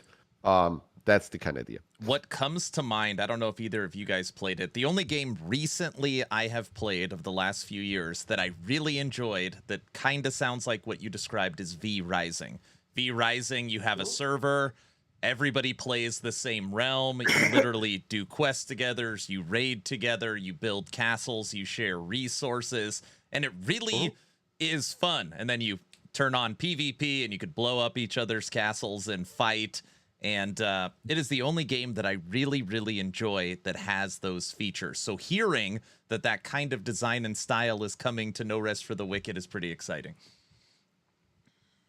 When you're adding like a bunch of people to your realm, like I'm not sure how many will be max. I'm sure you don't know yet. It's up to 4. Yes, no, it's up to 4 4? right now. Okay. Yeah. Would you consider making like a guild house where it's one house, 4 different rooms, so everyone's just kind of in a central spot instead of trying to find where did this person live? Or maybe there's an icon, like any ideas around that yet? Yeah, well, we already did, and you just don't know about it, right? At the very top of Sacrament, there's this whole fortress. And the idea with the fortress, like it's closed off right now. You can't actually get to it, right? But it already exists. There is a fortress up there. And then the idea is, well, we'll just unlock that, right? So that's the same as like buying a castle in Ultima Online, right? Where at start, you don't have the resources to buy the castle immediately, right? The fortress. And so you will have to have a house for some time, right? But then over time, like, you'll outgrow that house, right? Like you will want to put more and more stuff in there, more crafting tables, more refineries, more stuff. The housing stuff is basically supposed to feel a bit like Factorio, right? Like where you want basically that fucking factory going and like burning resources the whole time, creating stuff for you, right? And you want as many of that as possible and so on. And so you go out there, get a bunch of resources, then you bring it to your home, right? And like have it burn a bunch of stuff and like, produce for you while you're not there. That's the whole idea. And that is basically the thing that people will share together, right? Once you have the fortress, now you like that has the most space that you will ever get, right? And then you can share it with everybody else and enjoy. Frosty, I want a room in your castle, all right? Because I know you're going to unlock that. Sure, no problem. All right, perfect. You mentioned like higher tiers will need more materials. Currently, vendors can go to tier 2 or 3. Are you planning on upgrading them to another tier, to tier 4? Yeah, of course. I don't know why people think that for 1.0, for the final game, we will still be max level will be 30, right? Obviously not. Like, we will obviously increase the level, and there will be whole new tiers of weapons and so on, right? We'll have to see how we pace it out. Right now in the game, like in the editor version, we have up to 6 tiers, but right now in the live build, we only unlock 3 of them. So that's all you've ever seen. You've basically seen half of the game. And all the other ones we just didn't unlock yet, right? Simply because, well, we want to hold some things back. We want to make sure that pacing-wise, all of this stuff works out. But yeah, there will be, with 1.0, there will be whole new tiers, a way higher level for your character. And nice. Awesome. Nice. That is cool. So when it comes to multiplayer, how will resources actually be shared? If I grind it all night while Frosty was asleep and then I go to bed and he wakes up, can he just take all my stuff? Or to be like, this is the shared stash and this is the don't touch my crap stash? Yeah, so there's a permission system. Some of that you can already see on the house. I don't know if we actually unlocked it now in live. But there's a permission system. So in your house, the little plaque that you use to actually buy the house, you can also set the permissions, right? Where you can say, hey, I want Frosty to be able to enter my house or not, right? Like it just shows any player on the realm. And then you can just, decide, okay, well, that person has access or doesn't. And then same thing on any of the chests and so on, right? Like you can literally decide who has access to that particular chest and who doesn't. And then obviously you can just, create a whole shared house and so on if you want to, right? Where you just make it available to everybody, make all the stuff in there available to everybody, etc. And I think most people will use the fortress for that, right? Where it's just, hey, I have my own house where I have my own stuff in there. And then if we want to share stuff together, it's the same as in Ultima Online, right? Where you will just have a huge castle and then you drop your stuff in there. That's where you do all the community stuff and so on.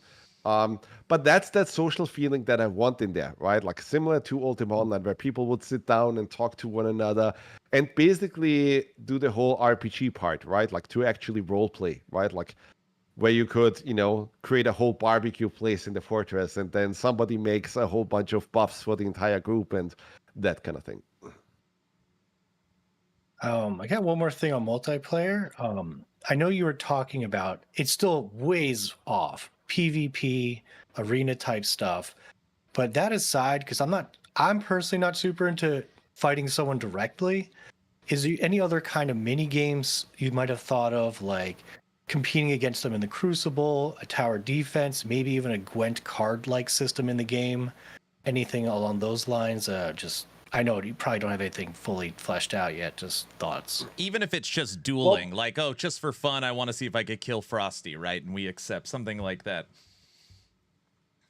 Well, with the PvP stuff, we obviously, like, I was there when Blizzard made Diablo 3, right? And I saw exactly why PvP didn't work, right? So the problem with PvP in Diablo 3 was it was fun if you had a predefined character, right? Like if you literally could tell the player, like, okay, here you go, you only have these abilities and that's it, right? And that was okay. That's, by the way, what Blizzard let you play a couple of times during BlizzCons and so on, right? And that was okay. It wasn't like super fun, but it was okay to play.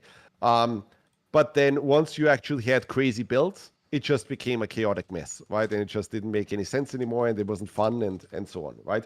So for Wicked, what we basically said from the start is that, well, every single class that we're building, we're also testing it in a tournament mode in PvP, right? We want to make sure that we don't like block ourselves in the future from like PvP stuff and so on. At the same time, we are not like Wicked is at the core, it's basically the same as a fighting game. It's as deep as a fighting game, meaning we work on a frame by frame basis, right? Like I literally have like our timeline system allows you to literally say, okay, from this frame on, the collision of that weapon will be active. At this frame, you will apply damage. At this frame, this happens, and so on, right? So it's the same exact thing as like any Street Fighter or Smash Brothers or any of this kind of stuff, right? And you have to define it that way, right? Because it's like, okay, in the mastery level, like people exploit that stuff, right? Like people know exactly what gives you frame advantage, you know, footsies becomes a thing and so on. The whole mind control thing, right? Like fucking with other players, like just on a mental level and so on. All of that becomes important. And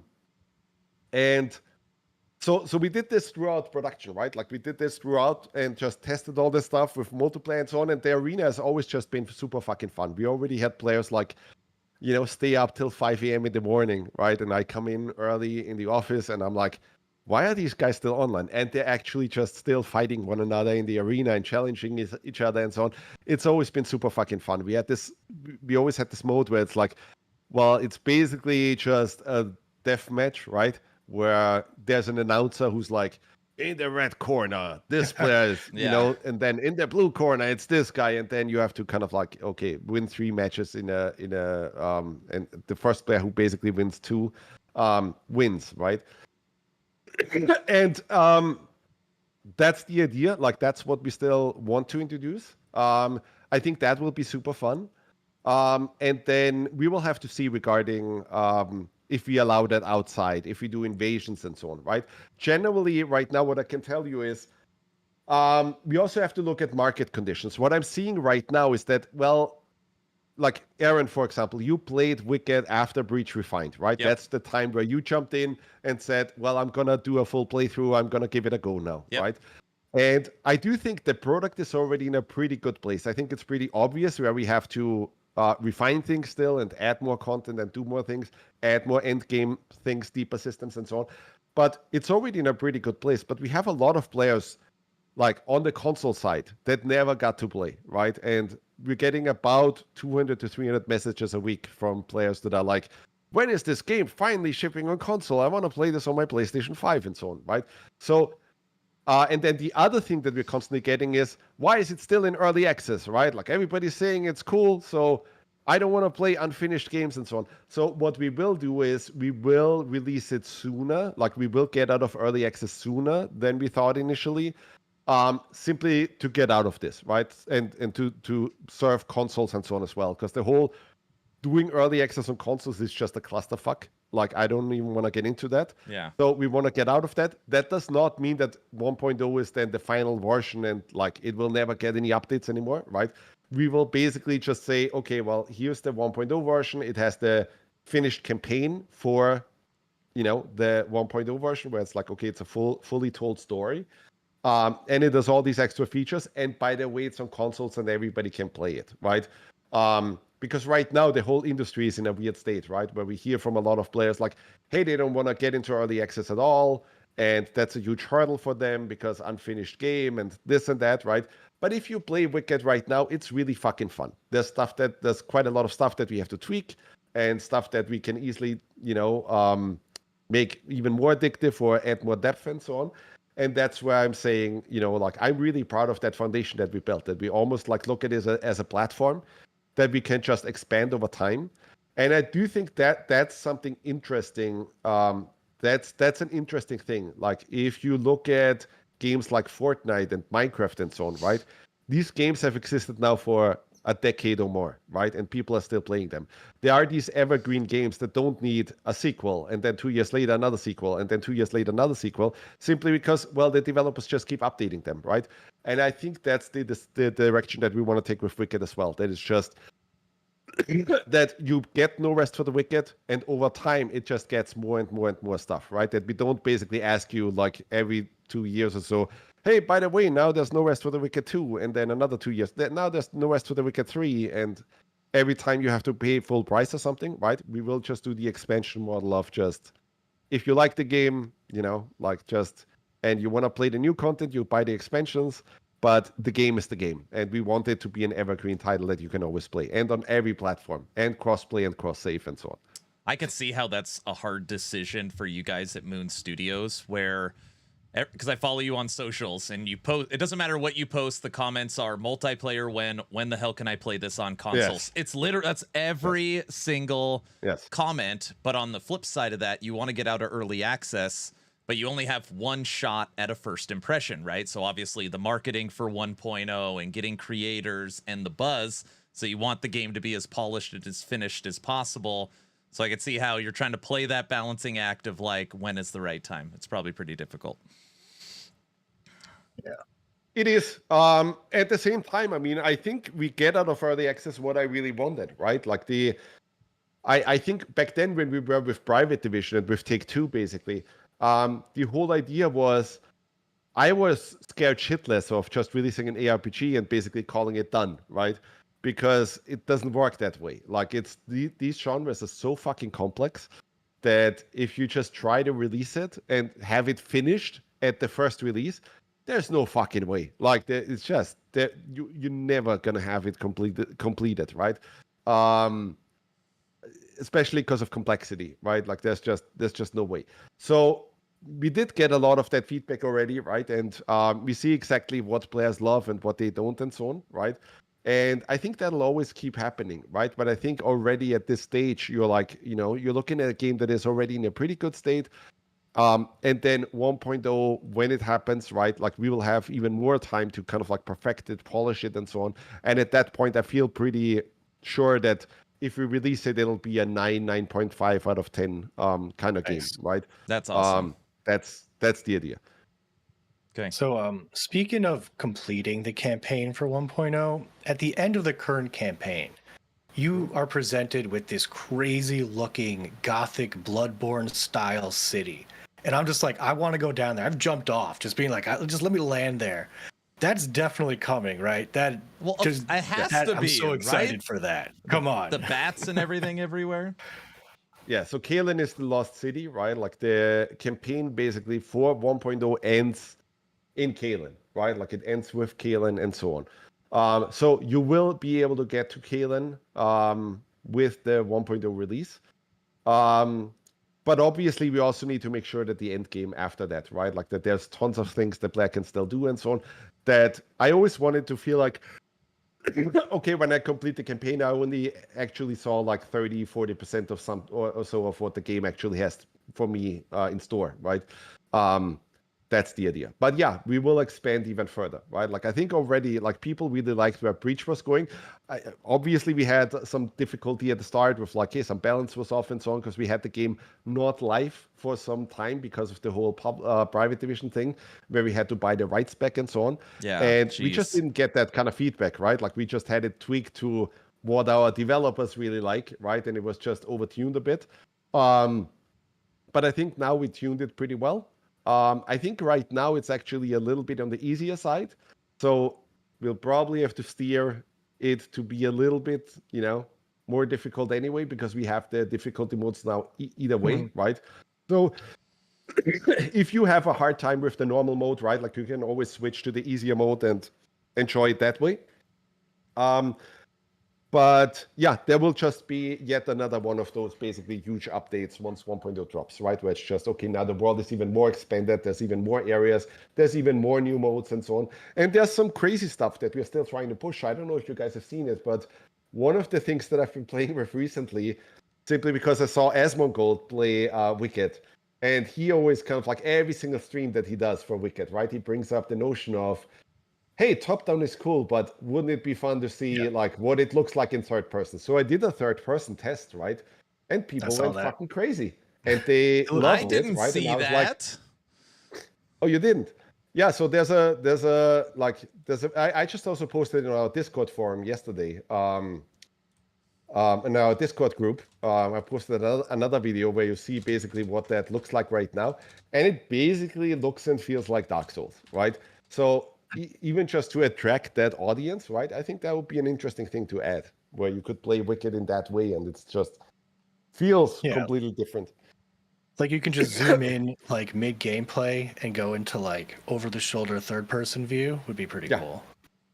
Yeah, wow. But that's basically what I have right now. So you can do that. Obviously, the world, like Nowhere Est for the Wicked, is a top-down game. It has always been designed with top-down in mind. The level designs are, made with top-down in mind and so on. But, I mean, I just tried it, and it works pretty fucking well. It's really fun. So, I think that would be cool. And especially, like, we've gotten so many posts from people that just play Wicked also for style, right? Like, hey, they have this character that looks really cool, and they just want to zoom in more, right? And see their character in full force and so on, and have all of that be a little bit more immersive. So it's cool in that sense, right? Like, they wanted a photo mode, basically, right?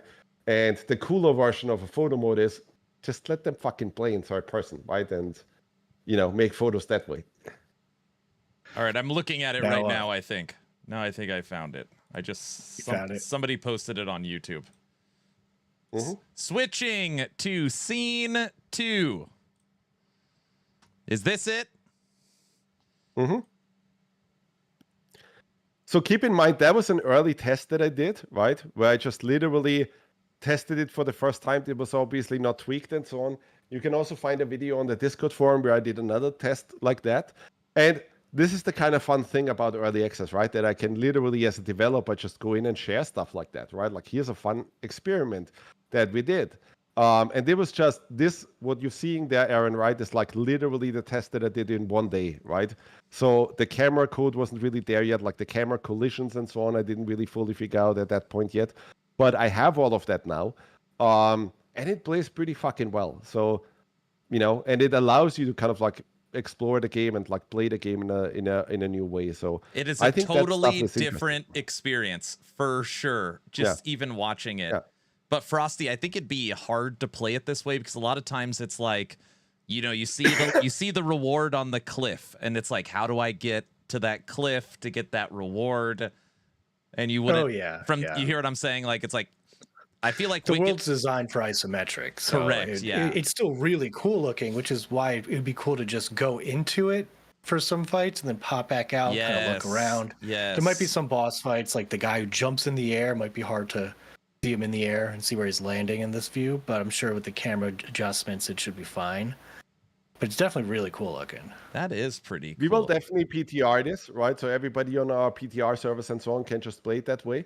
Obviously, there's still quite some work involved to kind of like put it into shippable form.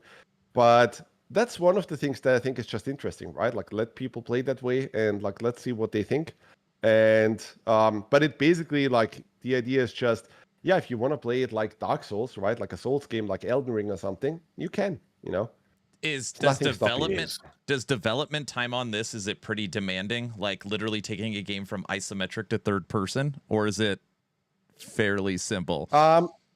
Camera code is always difficult, right? At the same time, there's lots of papers out there. Like, hey, we did 3D games now for a good almost 3 decades or so, right? There's lots of papers out there that I just read and were like, okay, I'm just copying a bunch of these algorithms and so on, right? And that kind of thing. So yeah, it's demanding, but like it's not like it's not like ultra hard, right? There's a lot of other stuff that we had to do for Wicked that was way harder to figure out than adding a third-person camera. Okay, got it. So, you mentioned the game felt slightly on the easier end, and you've added difficulty modes. I really like the game. I played a lot. I like the hard difficulty. I actually enjoyed when the Breach first launched, and it was like 10 times harder than it should have been. But that aside, I'm playing on the hardest difficulty. It's got a 20% experience gain, which feels nice. But once I beat the game, it's like what's the point of playing on hard other than just having the experience? You have plans on maybe adding more rewards for playing on harder difficulties, or anything along those lines? Can you juice? Yeah, for sure. Can you juice up Endgame to get better rewards? That's basically the whole thing that I wanted to get to, right? Like what you guys are talking about is basically like just make the end game infinitely replayable, right? And that's the goal. That you basically have this, hey, if I want to perfect my build, then okay, this is going to take me hundreds of hours or something, right? The other thing with that is also the job class system stuff. So right now we have the attribute system, which does its job and does it pretty okay, right?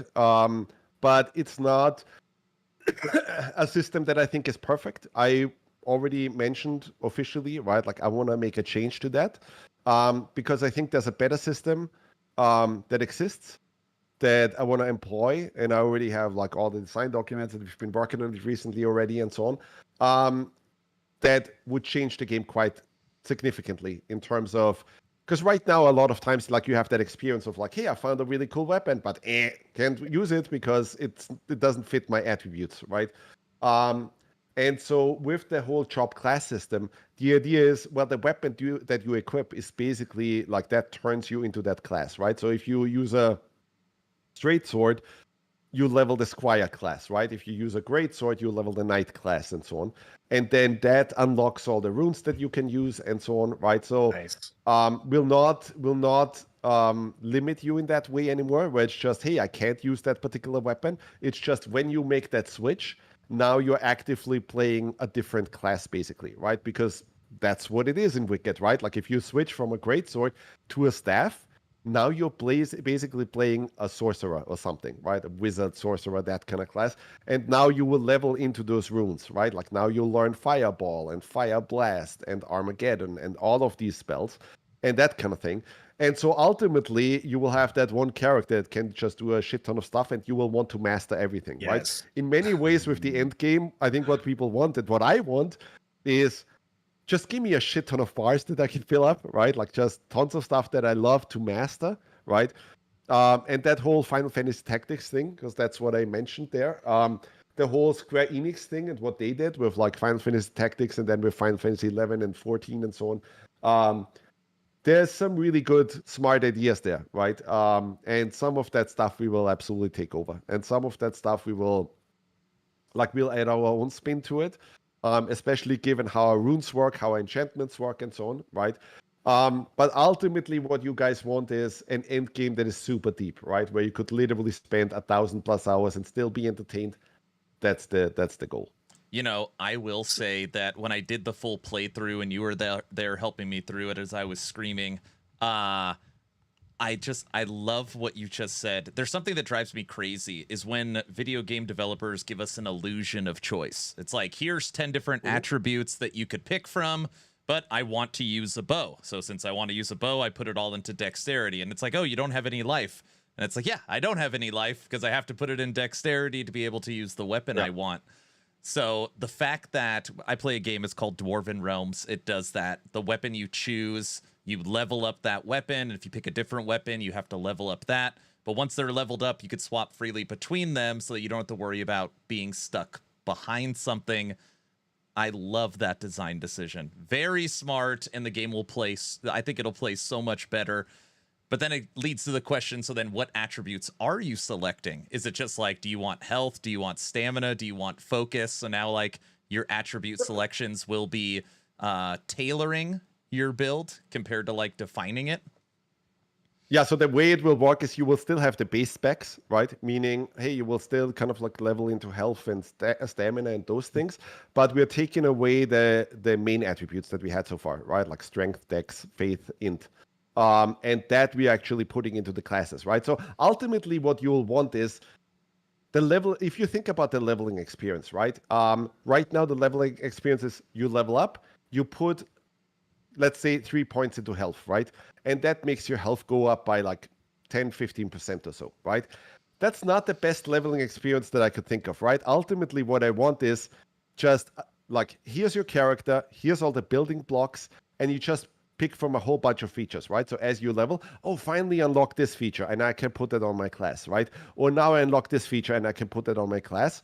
And it's all just about building blocks and features, right? Like, and then it's up to you to decide, well, which of those will I pick? Because you can't pick everything, right? Like you will have to decide, do I want to play this character that has, like this particular health stat, basically health trait, or do I pick more stamina here? Or do I want to have a feature where I like, hey, I can walk on water, or any of this kind of stuff, right? I think that's fundamentally more interesting, right? Just putting 2 points into stamina is okay. I get it. Like, it's cool, but it's the same as like, hey, pick a building block that just allows, like, gets you more stamina. You know what I mean? Yeah. That when you level, it should be, we'll give you an interesting feature versus, oh, we'll just allow you to change the math a little bit. You know what I mean? And that makes it generally a little bit more understandable for people in general. And I think what it does, that's what happens if you play Final Fantasy Tactics and so on, right? It just automatically adds this insane retention thing, right? Because ultimately, most people want to master. Sorry. No, you're good. I still have a cough. Most people will want to just fucking master everything, right? Like, if there's still a class and abilities to master, then just, like, you will still want to unlock everything. Yeah. And that's just fun. I got two questions on this. One is, I'm guessing the system is like, if you want to learn Blink, you level up a wizard, you unlock Blink, then you can switch to your rogue class, but still use Blink. And is that something like you're just able to get that? And then also, if you max out a class, is there any plans on maybe getting like a permanent buff? You max out wizard, now your magic is like 10% stronger or something along those lines, no matter what class you are. Again, as I said, it will be building blocks, right? Meaning, if you play the wizard, you will unlock Blink. And what I still want is, you can mix and match stuff, right? Because ultimately, I want people to kind of like come up with the kinds of, like with all kinds of classes, right? If you have a particular class fantasy, then I want you to be able to enable that, right? Like, if you want to play a Grim Reaper and we're not officially supporting that, right? Then you should be able to have enough tools in the game to actually do that yourself, right? And if that includes Blink, then cool. Or if you want to play like a necromancer kind of thing, right? Yeah. But Wait, what? But, Necromancer? yeah, but a battle mage or something, right? Like, where you go around with a huge warhammer, right? But then at the same time you use that warhammer to spawn entities, right? To spawn skeletons or something. You should be able to do that as well. And so that's really fucking cool, right? That's such a more interesting experience to me than just, oh, I leveled up, now I can, put 2 points into stamina to make my experience go up. My stamina go up a little bit. You know what I mean? Is a necromancer planned for No Rest for the Wicked? I'm sorry, you said necromancer, and you could carry on with that thought. We are certainly testing that right now, yes. So Nice. Obviously necromancer is always one of the most played classes, right, in ARPGs. So yeah, I mean, it's just a question of time. Okay, like Battle Pet, Necromancer, just need some time on that. Any thoughts on Shapeshift, Druid, those kind of classes? We'll have to see. Again, like I said, right? Like, even at 1.0, we will not have everything in there, right? Like, we will still need to leave some stuff for expansions and for future stuff and so on. But obviously, like a lot of that stuff is, more of a question of time, right? Like more of a when instead of an if, right? Obviously, the whole shape-shifting thing comes up quite often, right? But we'll just have to do it bit by bit. It's not something that we've tested already. It's not something that we have even in, or, like in the editor right now. But as I said, right, with the platform that we built, and I call it a platform, it's exactly for those reasons, right? There's a lot of crazy shit that we could do, and I want to exploit that, right? I really want to go nuts with that, and I think players will just go ape shit. I really enjoy, like, when we do those Wicked Insights, right? I want to have a lot of these one more things. And by the way, the one more thing is way fucking cooler than the whole season thing in some other ARPG, right? That's the idea. That's like, we want to go fucking ape shit with it. I noticed with the Breach, basically expansion, it was a ton of stuff. Like, you like to just pack a bunch of things, one major patch. It's definitely more hype to do it that way. You can market it better. I know the few months down the road, we're getting the multiplayer patch. Is that going to come along with anything like new spells, new weapons, new endgame, the class systems? Is there anything else that's going to come with multiplayer? There's got to that be you might something. be able to mention? Well, I don't want to spill the beans, right? But for Okay. fucking sure. Like, I mean, we have multiple departments working on the game all the time, right? And if they come up with something cool, then yeah, that'll be one of the one more things in the next Wicked Insight. How big is the team working on Wicked right now? It stayed pretty consistent now for quite some time. So we are around 90 people. Okay. That's like a good AA studio, 90 people. It's that kind of size, right? Like we generally at Moon, like the idea was always we want to have elite developers. Like to actually get a job at Moon, you need to be fucking really great at your work, right? Like at your job. And you need to have a lot of experience. You need to have worked in some of these games already and contributed in a meaningful way.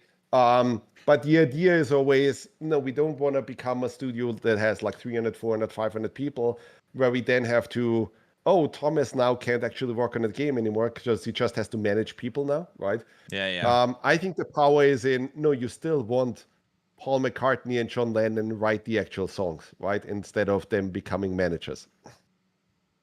So are you Paul McCartney or John Lennon? That's a good question. I'm both. That's probably for later. Where's the studio located? Where's your guys' actual studio? There is no location. No? So that's the other thing that we decided back then, right? Like, and yeah, people are mentioning Chris Wilson back there, right? Like in the chat. Yeah. I see him in the same way that, like, basically Chris Wilson had the same job at Grinding Gear that I have at Moon, right? Like somebody who really defines the vision and just squeezes the fucking fun out of it, right? Who really gets it, who, shows exactly, hey, here's what could be done with the genre. Here's how we could take it further. And I follow that quite a bit, right? Like, I think if you guys remember when Path of Exile 2 came out, like at first, right? It was basically a Diablo 2 ripoff, right? And then they took it to crazy apeshit levels, right? Over the years. Like, they added so many things, they defined it, they polished it and so on until the crazy thing happened and they basically beat Blizzard at their own game, right? Yeah. And that's exactly what we want to do as well, right? Where we put out a version and, like, hey, it's there, people can play it. But over time, especially with all the community feedback and so on, we will polish it to that level. We'll add more and more content. We'll add more and more depth. We'll make all of the systems deeper and so on, right? Until it's basically the forever game, right? That you just will want to play forever and ever. And that's I think where the strength is with Moon, because I'm pretty sure Blizzard at this point must be working on Diablo 5 already. And they are, right? Yeah, they are.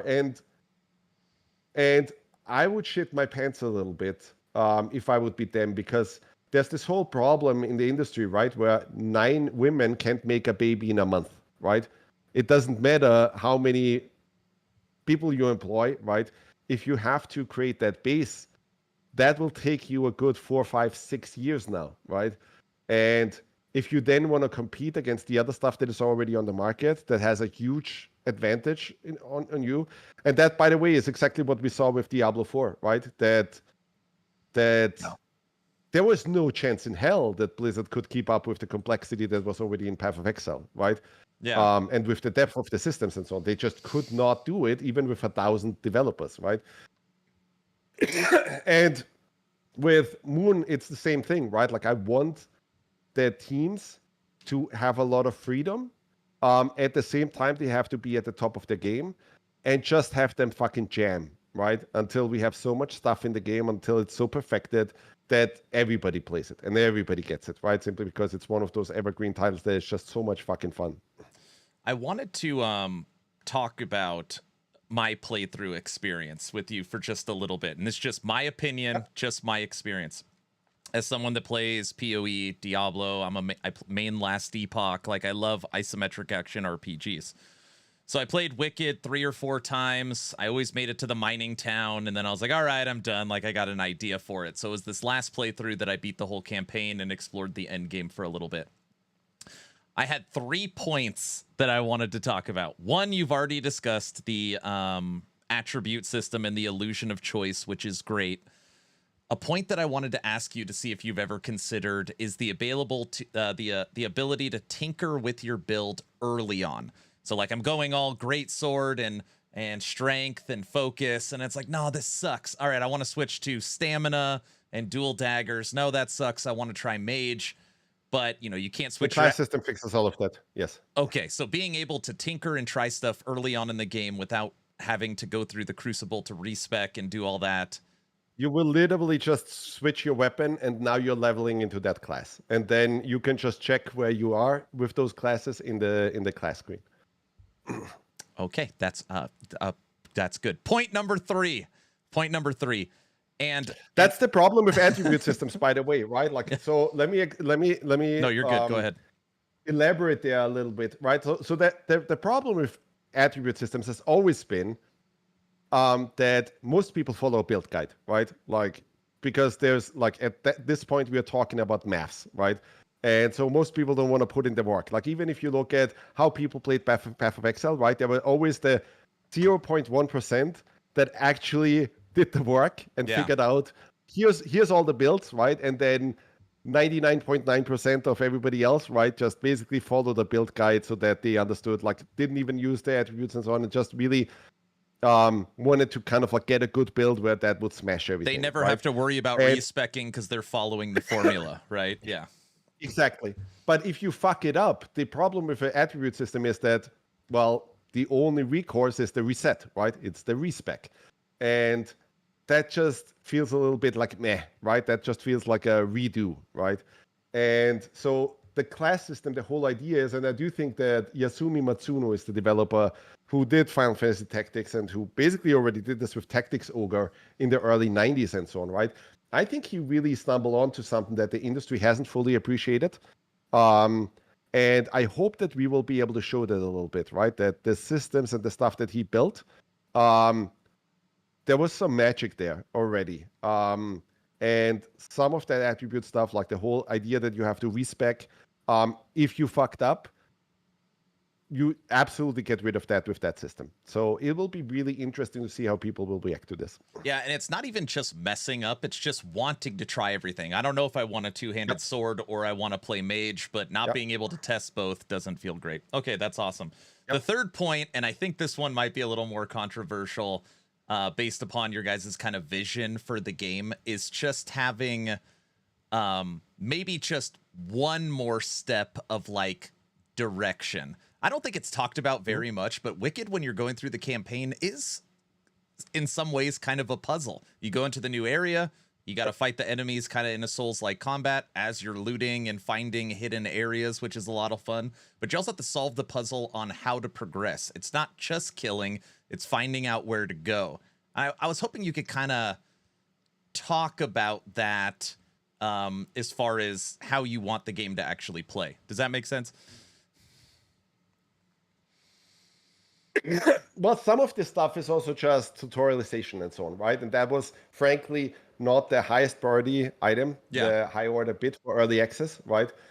simply because we just wanted to get the game out and have people try it. But some of that stuff is just tutorialization. And with tutorializations, I don't mean just putting up a screen every time there's a new mechanic that we introduce, and now you have to read a whole page or two or something, right? It's also the whole thing of like creating mind tricks with the player, right? Like this whole fake learning thing, right? Where we have you go through stuff, and then just by going through stuff, you learn that already, right? I'll give you a good example. So with Ori, with the Ori games, for example, one thing that we did always was Ori was pretty simple in that regard, right? Where once you gain double jump, we put you into a room, like when you learn the double jump, we put you into a room that you couldn't get out of until you use the double jump, right? Like you had to use double jump to actually get out of that room. So you had to use it and learn it. And then once you have that first thing where the player uses it, now he can, now something clicks in his mind, right? These, how do you call that? Like brain things, right? Like get created, right? And like they're now making use of that.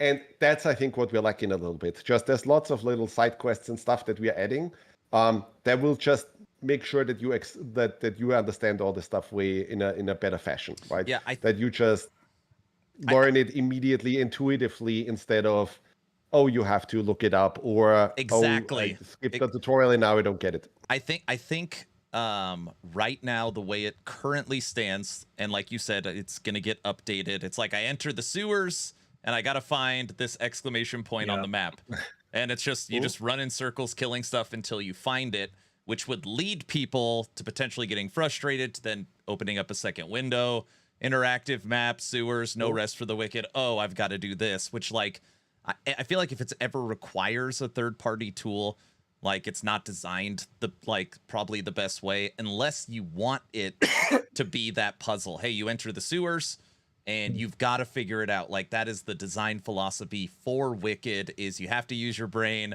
You got to kill all the enemies. You'll find all the side zones while you're exploring, and by doing that, you'll figure it out.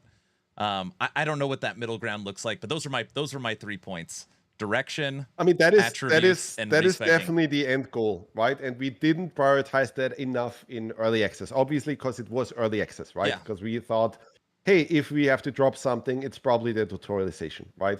And in some ways that hurt us, right? Because some people played the game without even understanding that, oh, there's different ways of healing in the game, right? We made that very clear now with Breach Refined, right? That it's like, hey, we actually start you with the heal spell now, which is so you don't have to which first is great, acquire it. Which is absolutely great, by the way.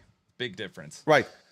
But I mean, that's the funny thing, right? Like a lot of it is about psychology, because we did have heal in the game already. You just had to go to Eleanor and buy it and equip that.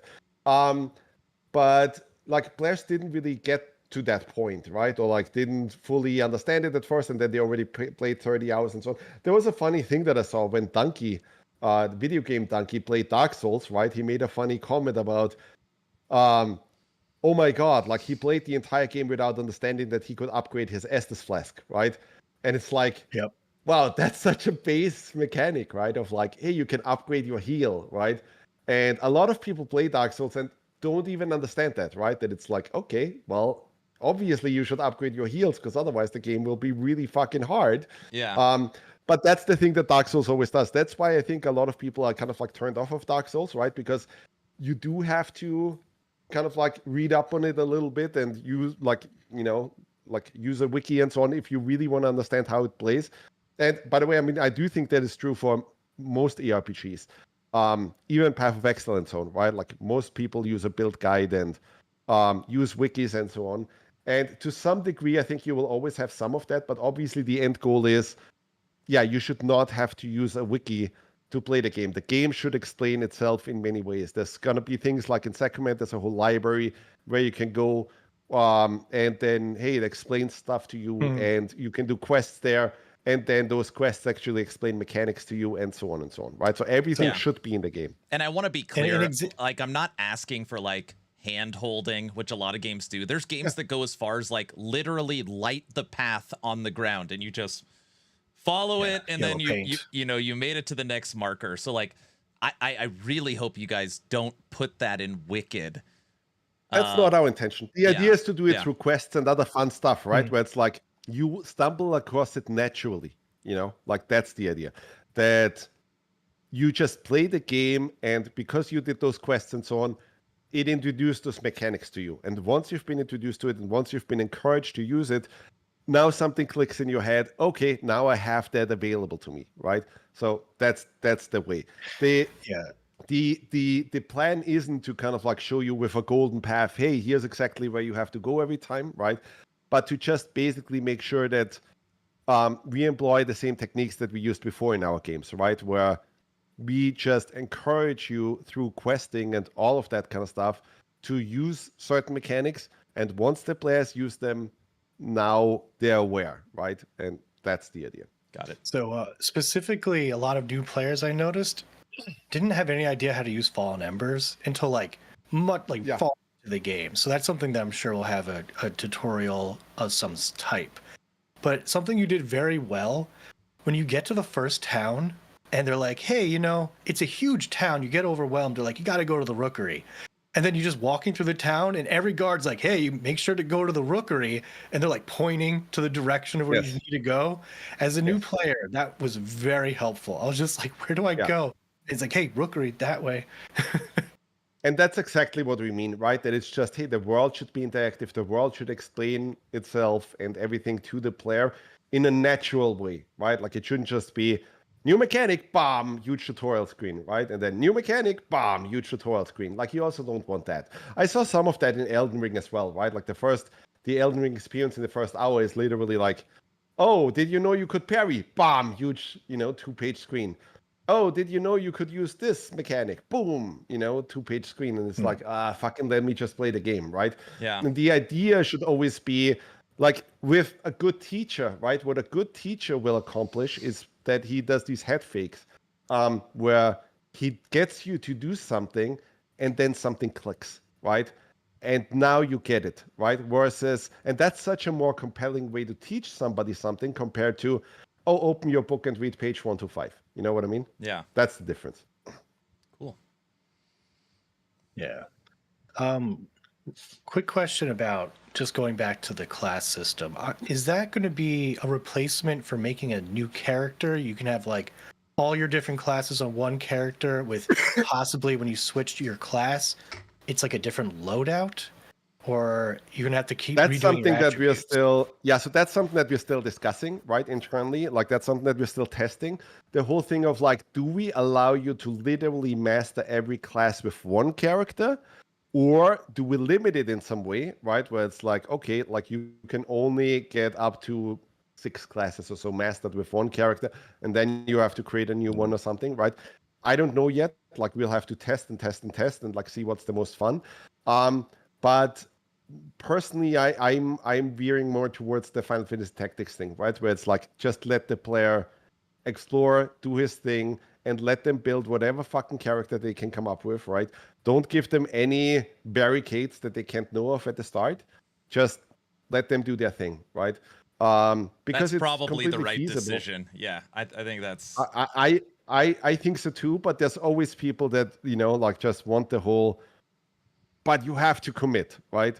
And we'll have to see, right? Like it's all about testing. I do think the whole Final Fantasy Tactics approach is the correct one for an ARPG, which is a super fucking weird thing to say, right? Because it's not even the same genre.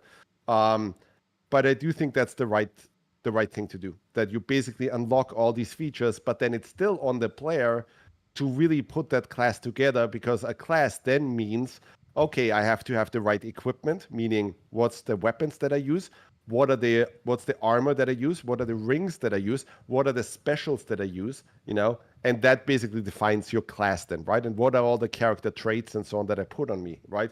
But then basically arbitrarily lock in that to, and you only get a certain amount, right, of decisions that you can make, I think feels too restrictive. Yeah. I think we should just like allow players to do everything. But if you really want to do everything, I mean, goddamn, you're going to spend 1,000+ hours in the game. I mean, Nice. since there's no like ascendancy or class system or mastery Who system, said there isn't? where you kind of have a blank slate, it really wouldn't make sense, at least just my opinion, that I'm forced to start another blank slate when I've already leveled this one when I could just switch out the gear. I don't know. That just doesn't. I guess that doesn't really. There make sense is to me. one system that one of our designers came up with back then, right? Like there's generally, if you look in the ARPG genre, right, is that some games employ NG+, right? Meaning, hey, I finished the game, now I can start the game again with like different stats, etc., and Yeah. I take over the character that I already had, right? And Nightmare the other mode, model Torment that people 2. Sorry, right. go ahead. The other model that people use now, Diablo 4 and Pathfinder 2 and so on do that, right? And I would like to actually hear from you guys, right? Because we got quite a lot of shit from players when we wiped for breach, for the breach, right? Loved it. Yeah. So it's controversial, right? There's a certain group of players who never want to restart, right? But there is something about ARPGs where it's like the journey is the goal, right? Like the journey of making that character and so on is the goal. At the same time, you have to kind of like, make sure that it works for both player types, right? For the ones that never want to reset, and then for the ones that do want to reset.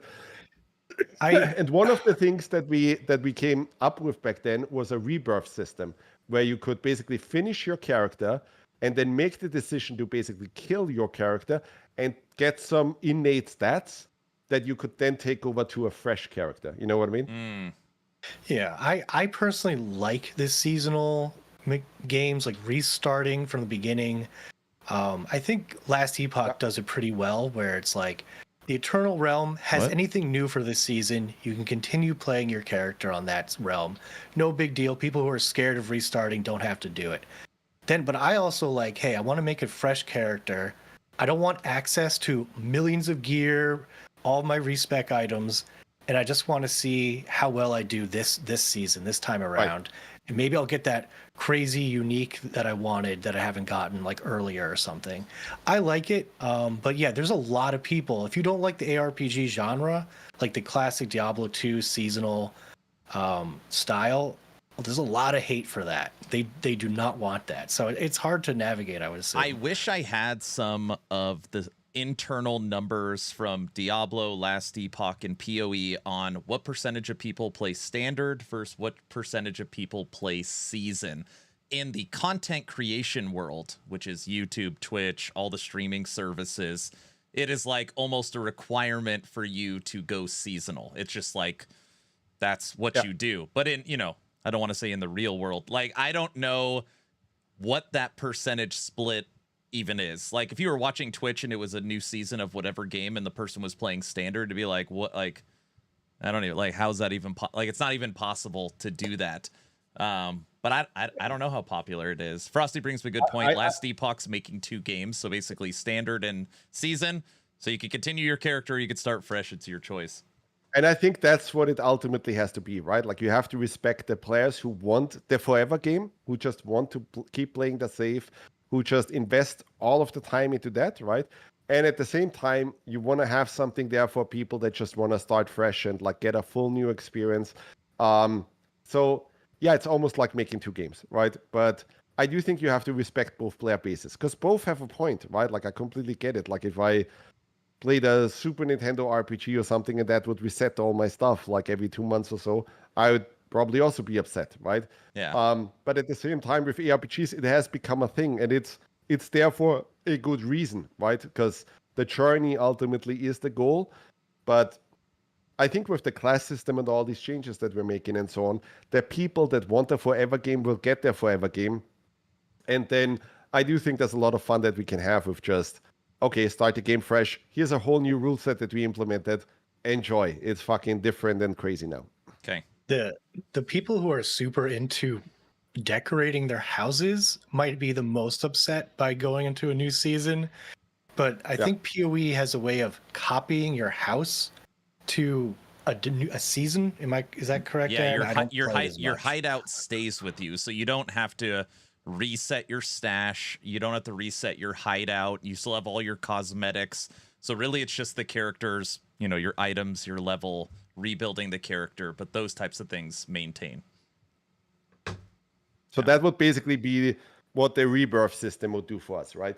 So if you want to start a whole new build, and and then gain something from that, right? Then you would do the rebirth mechanic, right? Where it's like, hey, the game stays the same, the realm progression is the same, your house would stay the same, but you can start from scratch and you get a bonus on top. Okay, but by starting from scratch means you don't have access to the items, but your upgrades are the same, your house is the same, right? Right. Okay. Yep. Okay. That's good. I like that. Frosty, final scene between two portals. Moving to our hot seat for Mr. Thomas. All right, you are now between two portals. This is where we do rapid fire questions that are at times spicy and also silly. So at any time, if you want to just say pass, feel free to say pass. Okay? Mm-hmm. Frosty, you can go first. Unless you want me to go. Okay. If you can eat only one food for the rest of your life, what would it be? Pizza. What's a better choice. game, Diablo 4 or Path of Exile 2? Path of Exile 2.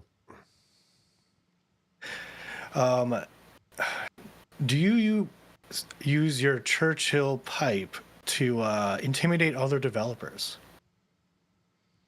Church Warden pipe, Church by the Warden, way. sorry. I'm not familiar with the pipes. No, I just enjoy smoking my pipe, and I'm an ARPG developer now, so it fits. What is your current morning routine? Wake up at 9 a.m., take a shower, go to work till 2 a.m., do it all over again. How many days a week? Have you ever? Sorry, No, go on. 6 days a week. 6 days. Have you ever rage quit while playing your own game? No.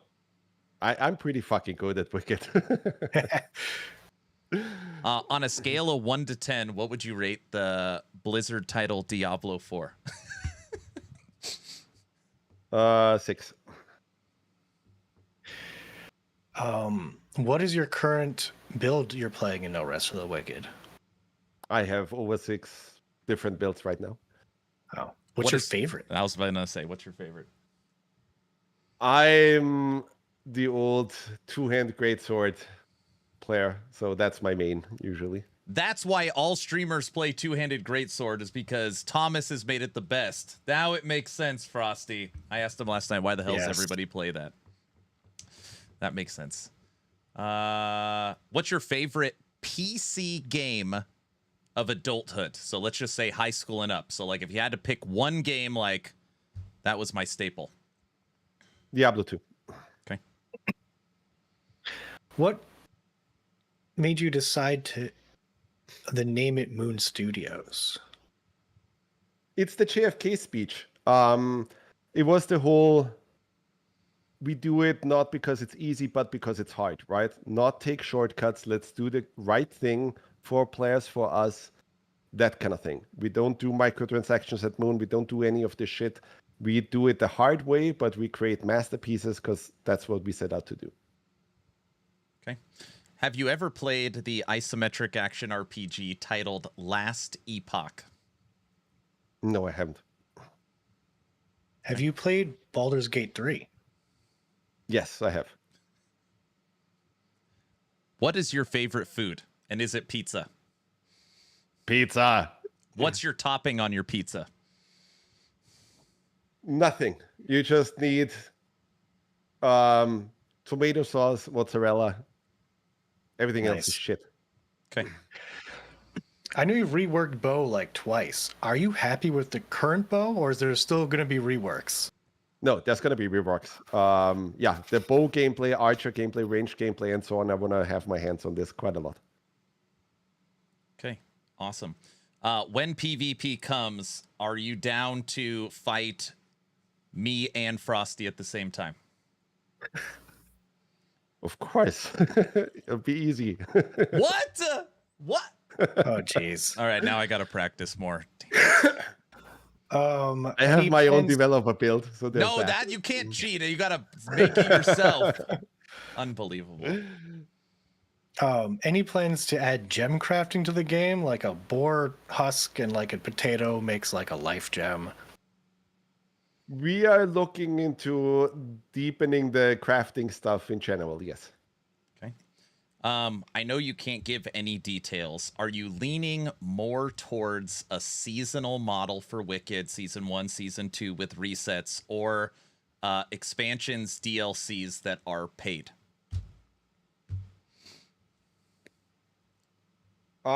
We are doing the expansion model. So the more of the Destiny type model, right? Where it's like every year there will be a huge expansion, that kind of thing. Okay. I like that because I was just going to ask, like, you know, the game's kind of cheap. It's like a $40 game. And it's like people want to support the game who love the game. It's like, how do they do that besides just buying a second game? I guess they wait for the expansion now. Any plans? I hope people will buy a lot of games kind of like in multiplayer, right? Like just play it with your friends and so on, that kind of thing. But obviously for early access, we also don't want to, you know, nickel and dime players and so on. We just want them to be part of the journey, which is why it's $40 right now. That's it, right? Like we even did some sales now recently. And then when it comes out, we think the fairest thing for players is not, again, to nickel and dime them and like, hey, here's a horse skin for $60 and so on, because I think that feels really fucking cheap. I think the thing to do is just to tell players, like, hey, we've been working for a year on this expansion. Here's all the crazy fucking stuff that we added, and here's a cost, here's a price, and that's it. If one of Go ahead, you're good. if one of your developers said we can't increase inventory space because for some reason you load everyone who ever played Wicked's inventory space, how would you respond to him? Can you say that question again? I'm not sure I get it. Currently, there's a problem in Diablo 4. They say we can't increase inventory space. One of the developers tweeted out the reason, and it's because you load everyone else's stash tabs that is in your realm, even if you're not near them. That's why they can't increase the stash tabs. That's just fucking stupid. If your developer said that to you, how would you respond? Get another job, because that's just fucking crazy. Oh, jeez. Is there any plans for a cosmetic shop, MTX, battle passes, anything from the cosmetic side where people can support the game? No. And it feels like we're in a little bit of bizarro world now, because we got some shit recently for not having microtransactions in the game, which to me feels like, what the world is going on, you know? True. No, you're absolutely right. Last Epoch, again, a game I know you haven't played, we want a merch shop, we want cosmetics, we want supporter packs. Like, give us ways to support your game. They just don't want pay to win. Sorry, go on. And I love that, right? Like, so players wanting to support us and so on, that's awesome. Like, I love to see that support and so on. It becomes strange when people get angry with us that we don't have microtransactions in the game, right? My headspace is still in, I don't know how to make the rewards work, where if you tie real money to rewards, then in order for people to buy those rewards, the rewards that cost money need to be obviously better than the stuff that you get for free, right? And I don't want to fall into this trap. I want people to just play the game and get a bunch of stuff through actually playing the game, not by flashing the credit card, right? I think the most fair approach is just, you know, like, hey, if you like Wicked, buy the expansions, you know, play the game with friends and so on, that kind of thing. Tell everybody to play it because it's fucking fun. Okay. What's one of the weirdest bugs that you've experienced in the game that you had to fix? Oh. We had one where your gender just changed regularly, and that was fun. But I don't know, like bugs, there's always some crazy bugs. My final question for you that I have, and then Frosty can ask as many as he wants. When you are not working, which I know it's all the time, and you have a family, what is like your relaxation time? Are you fishing? Are you hiking? Are you working out? Are you building a car? Like, do you have any hobby away from work and family that helps you relax? Well, I'm an artist, so my relaxation time is making art, right? Like, so even like, and I consider everything that, right? Like, I think programming to some degree is an art form, right? I studied traditional sculpture I play with my kids, right? That kind of thing. I do stuff with them. But I never get bored. I'm not that kind of person, right? Like I always have something to do. Awesome. I guess my final question is right now, it doesn't really matter the gear that drops. You can re-roll any stat to look however you want. So it's almost like a transmog system. Is that why there aren't implicits on gear, or are you going to maybe one day have that? Or is that just how uniques work? With the class system, we will make some changes to that, right? So that you will, like, hey, with a sorcerer and so on, you will want to wear certain gear because it has certain bonuses and benefits and so on, that kind of thing. For now, for early access, we just wanted to make sure that, hey, people can mix and match and have their fun. But as we add more depth to the systems and so on, it'll become pretty clear what, which direction we want to head you into, while we are still giving you, like ways to just still wear whatever you want and so on. All right, awesome. That's it for me. All right. So, Thomas, last part of the podcast now is we're going to go back to the first scene, and we're just going to take some live Q&A from the audience, and then we'll get you out of here. You doing good on time? You all right? I'm good. All right. Time for Q&A. All right. You have survived being between two portals. Nice job, sir. Thank you for answering all the rapid-fire questions. So, audience, we are now streaming on 4 platforms. If you have a respectful, insightful question for Mr. Thomas, go ahead and put it in the chat, and me and Frosty will read them in our heads first and then ask them out loud. First question, once the game launches for console, will there be crossplay? That's a good question. Yeah, that was always the idea. We always wanted to basically see Wicked as a platform, right? Where I can start a game on Steam on my PC, then switch over to my Switch 2 or something, keep playing my exact character and everything there, then play it on my Xbox or PlayStation 5 or something, right? And hey, you just log into your Moon account, everything is there, that kind of thing. Awesome. Can you ask Thomas if they can add a dummy zone, like in Lies of P, to test runes? Basically a training dummy to Sacrament. Yes, we can. And we will do that pretty soon. Awesome. Cosmetic pets, is that ever considered? A little Ori following you around? It comes up again and again, but it's on one of those wish list items that we have. We'll have to see what happens with that. You guys should hide him in every zone. If you find Ori or something and he moves around, that'd be a lot of fun. I saw the Easter egg of him in the wooded area, the Marin Woods, I think. It's like a painting. I hate how you know everything. Will we ever see a barbarian style class, more specifically spin to win, inside of Wicked? Yeah, sure. Okay. How many new zones are planned for 1.0 release? I don't want to spill the beans on that yet, but it'll be another breach-sized kind of update. Oh, nice. Will you be able to queue up for PvP, or will it be restricted to co-op? The idea is that we launch co-op first, and then we add PvP on top. Okay. You mentioned increasing vendor ranking. Will there be new vendors added? Yes. Do you have the net? And Sacrament will still get expanded. The Sacrament that you guys have right now is still a smaller version of Sacrament, even though people still already feel it's expensive, right? But there's more planned. Yeah, so. Oh man, this question is so long. There's a game called No Man's Sky. When they come up with the genius idea of new updates to feel natural, the players won't use a lot of resources. They already... Oh, this is just too long. Give me a shorter question. How big is the world in No Rest for the Wicked? You asked that, right? I'll ask one. There are different statues in the Crucible area. Are those different statues going to be different endgame activities? They're different modes. Yeah. So right now we only have one. We built the current Crucible in about 2 months, right? One of the statues, for example, is a Vampire Survivor style mode, right? Where you just go through that. and you just fight hordes and have to upgrade, and so on.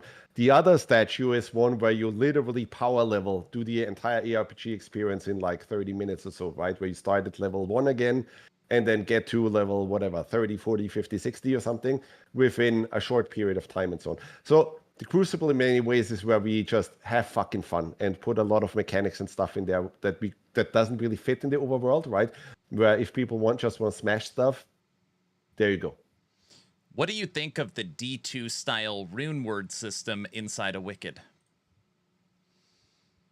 I think, again, that goes to endgame depth, right? Like rune words only came in with expansion and so on. Yeah. I think it'll be the same thing here, that, there will be systems on top of the gear that will allow you to go absolutely crazy.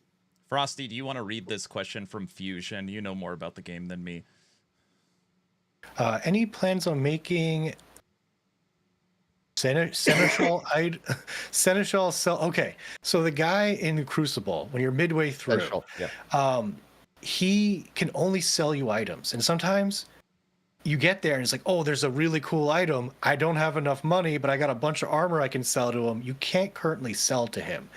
Can you add selling to that character? Yes. Oh, I get what he's saying. Yeah, we can. Yes, we can do that. Let's see. Will armor sets be added in future expansion? Armor sets. Of course. Okay. We already have armor sets in the game. I think what people mean is like set bonuses and so on. That's something that we are still thinking about, right? But adding more armors and so on, yes, of course, we will add more stuff. Okay. And I guess also new runes, new powers, magic abilities. All that probably will come with the class system, I'm guessing. So go ahead. even just with the runes and so on, right? Like I think in editor we have about twice as many already than we have in live. So there will be a lot of stuff. Right now, a lot of the runes that we have in the game are attack abilities. So one of the things that we want to add is more kind of like supporter stuff and buffs and debuffs and those kind of things, so that the depth in terms of combat also becomes deeper. Okay. Modding tools or custom realms for 1.0? Is not planned right now. That's something that you want to basically start, from the get-go. And we also use the quantum network engine. It's not that easy to mod Wicked. So it's not on the plan right now, but I'm pretty sure some crafty, smart people will find ways to do it anyway. Of course. Any chance for custom difficulty, loot, etc. sliders for realms instead of easy, normal, and hard? There will be a custom realm option where you can basically design the realm that you want to play, which I think is especially interesting for multiplayer, right? If we look at earlier FPS games and so on, like a lot of players that I talked to that played Halo back then, they also always played with custom settings, right? That made the thing fun for them. And I think the same thing should be true for realms, right? If you play a realm together with multiplayer, you want to be able to set that realm up in a specific way. We should allow you to do that. Will there be some unique items for collecting in game? I'm assuming they're maybe referring to like how PoE has a rare headhunter that looks different, maybe cosmetically. Again, that goes to the end game stuff, right? Like a lot of that kind of stuff we have categorized on the end game, because people just want really unique gear, rare gear that basically barely ever drops and so on, right? So yes, of course that will be there. Man, there is so many questions. I played both Ori games, and I love platforming. Have you guys considered more ways of traveling? For example, grapple or something like that? It's something I want to play around with. Yeah, so adding Sekiro-style grappling hook and so on would be super fun, right? The problem is always kind of like sequence breaking and those kind of things, but I think we're good on that anyway. So yeah, that's definitely something I want to play with in the future. You mentioned with the class system, you'd probably want to be looking more like a mage or wearing more certain gear. There's going to be a transmog system, so you can play a mage but look like a knight.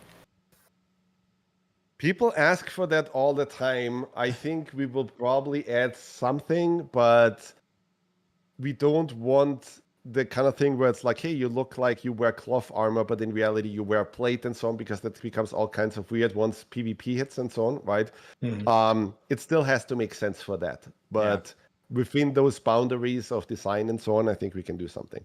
Is Thomas familiar with Sacred? Did it have any influence on the hardcore style of Wicked? I never played it, no.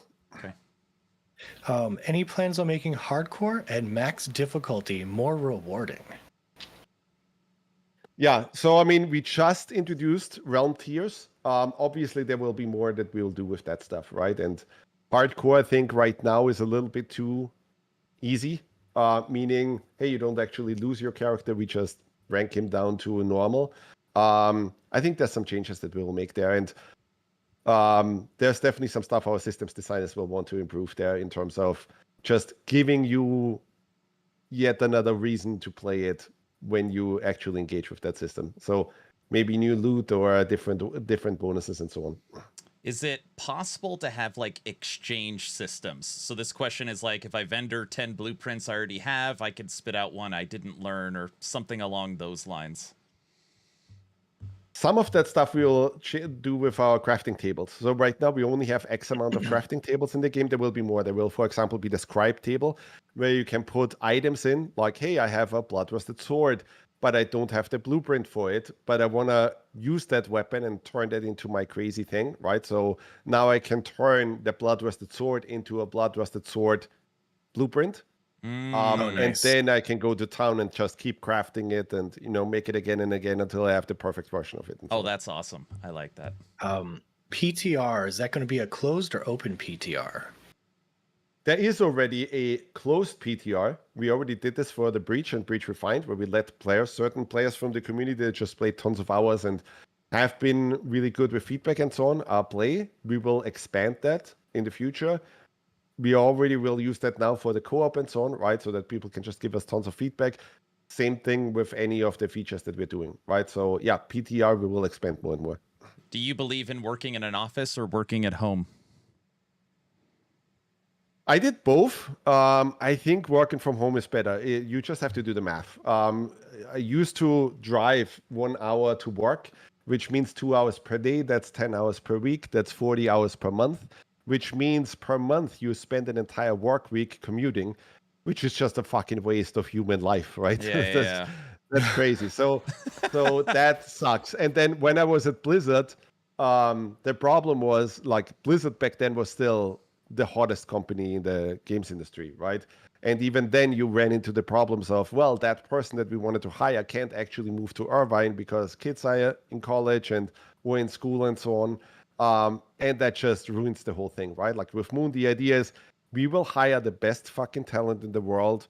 I don't give a fuck where they live, right? Like we literally have Israelis working with Palestinians at Moon and, like all of that stuff, right? Like we have a super crazy multicultural thing where everybody's making art together, right? And they all work together. And that's something that I'm really proud of, that it shows that it works, right? Like if you put a bunch of really talented people together, all of that fucking garbage goes away. They just want to make really cool stuff together. That's awesome. So, people really love the art style, especially the cinematics. Have you considered making a Wicked short animated series like Cyberpunk did? There was some outreach already regarding this, right? Because obviously, like, the typical film things and so on, they're constantly looking for what are the new IPs that we could make shows out of. We are very protective of our IPs and of what we're doing, right? So even back then, like Amazon wanted to do an Ori movie or something, right? And like they sent us a script that was goddamn horrible. Good. Oh my gosh.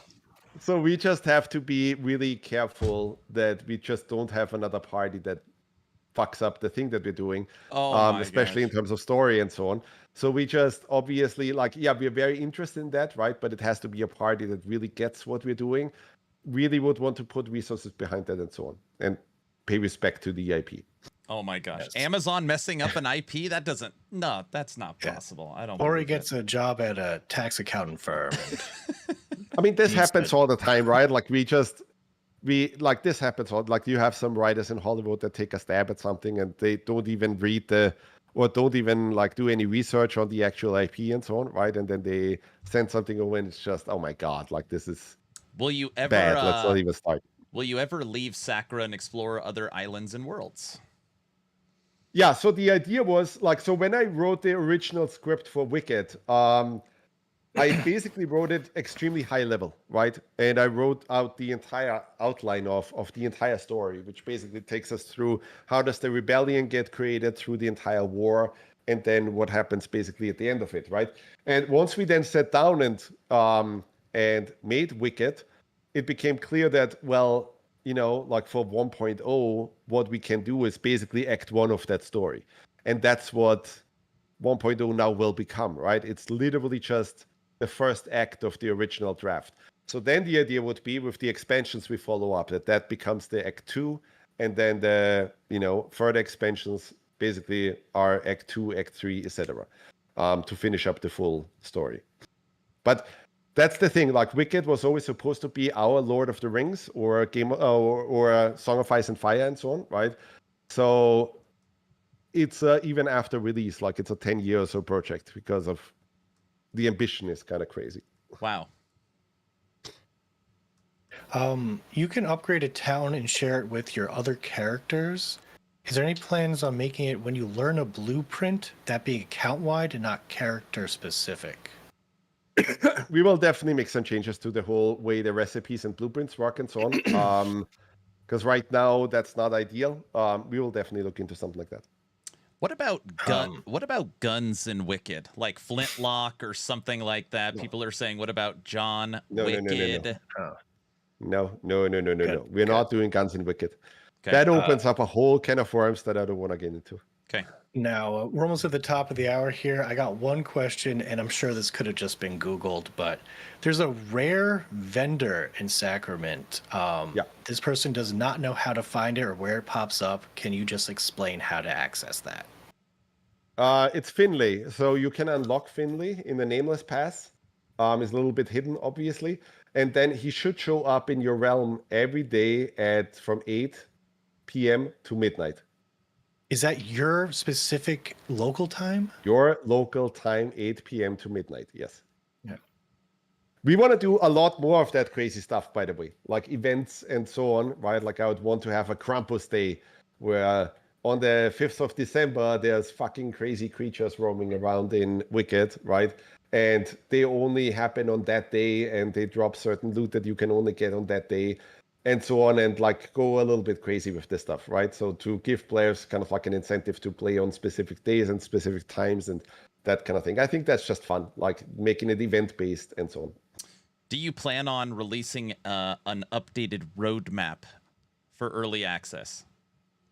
Yeah, but we want to do it in a more official manner, right? Like if you look at the roadmap that we already had, we basically flipped one of the things around, meaning multiplayer and the breach.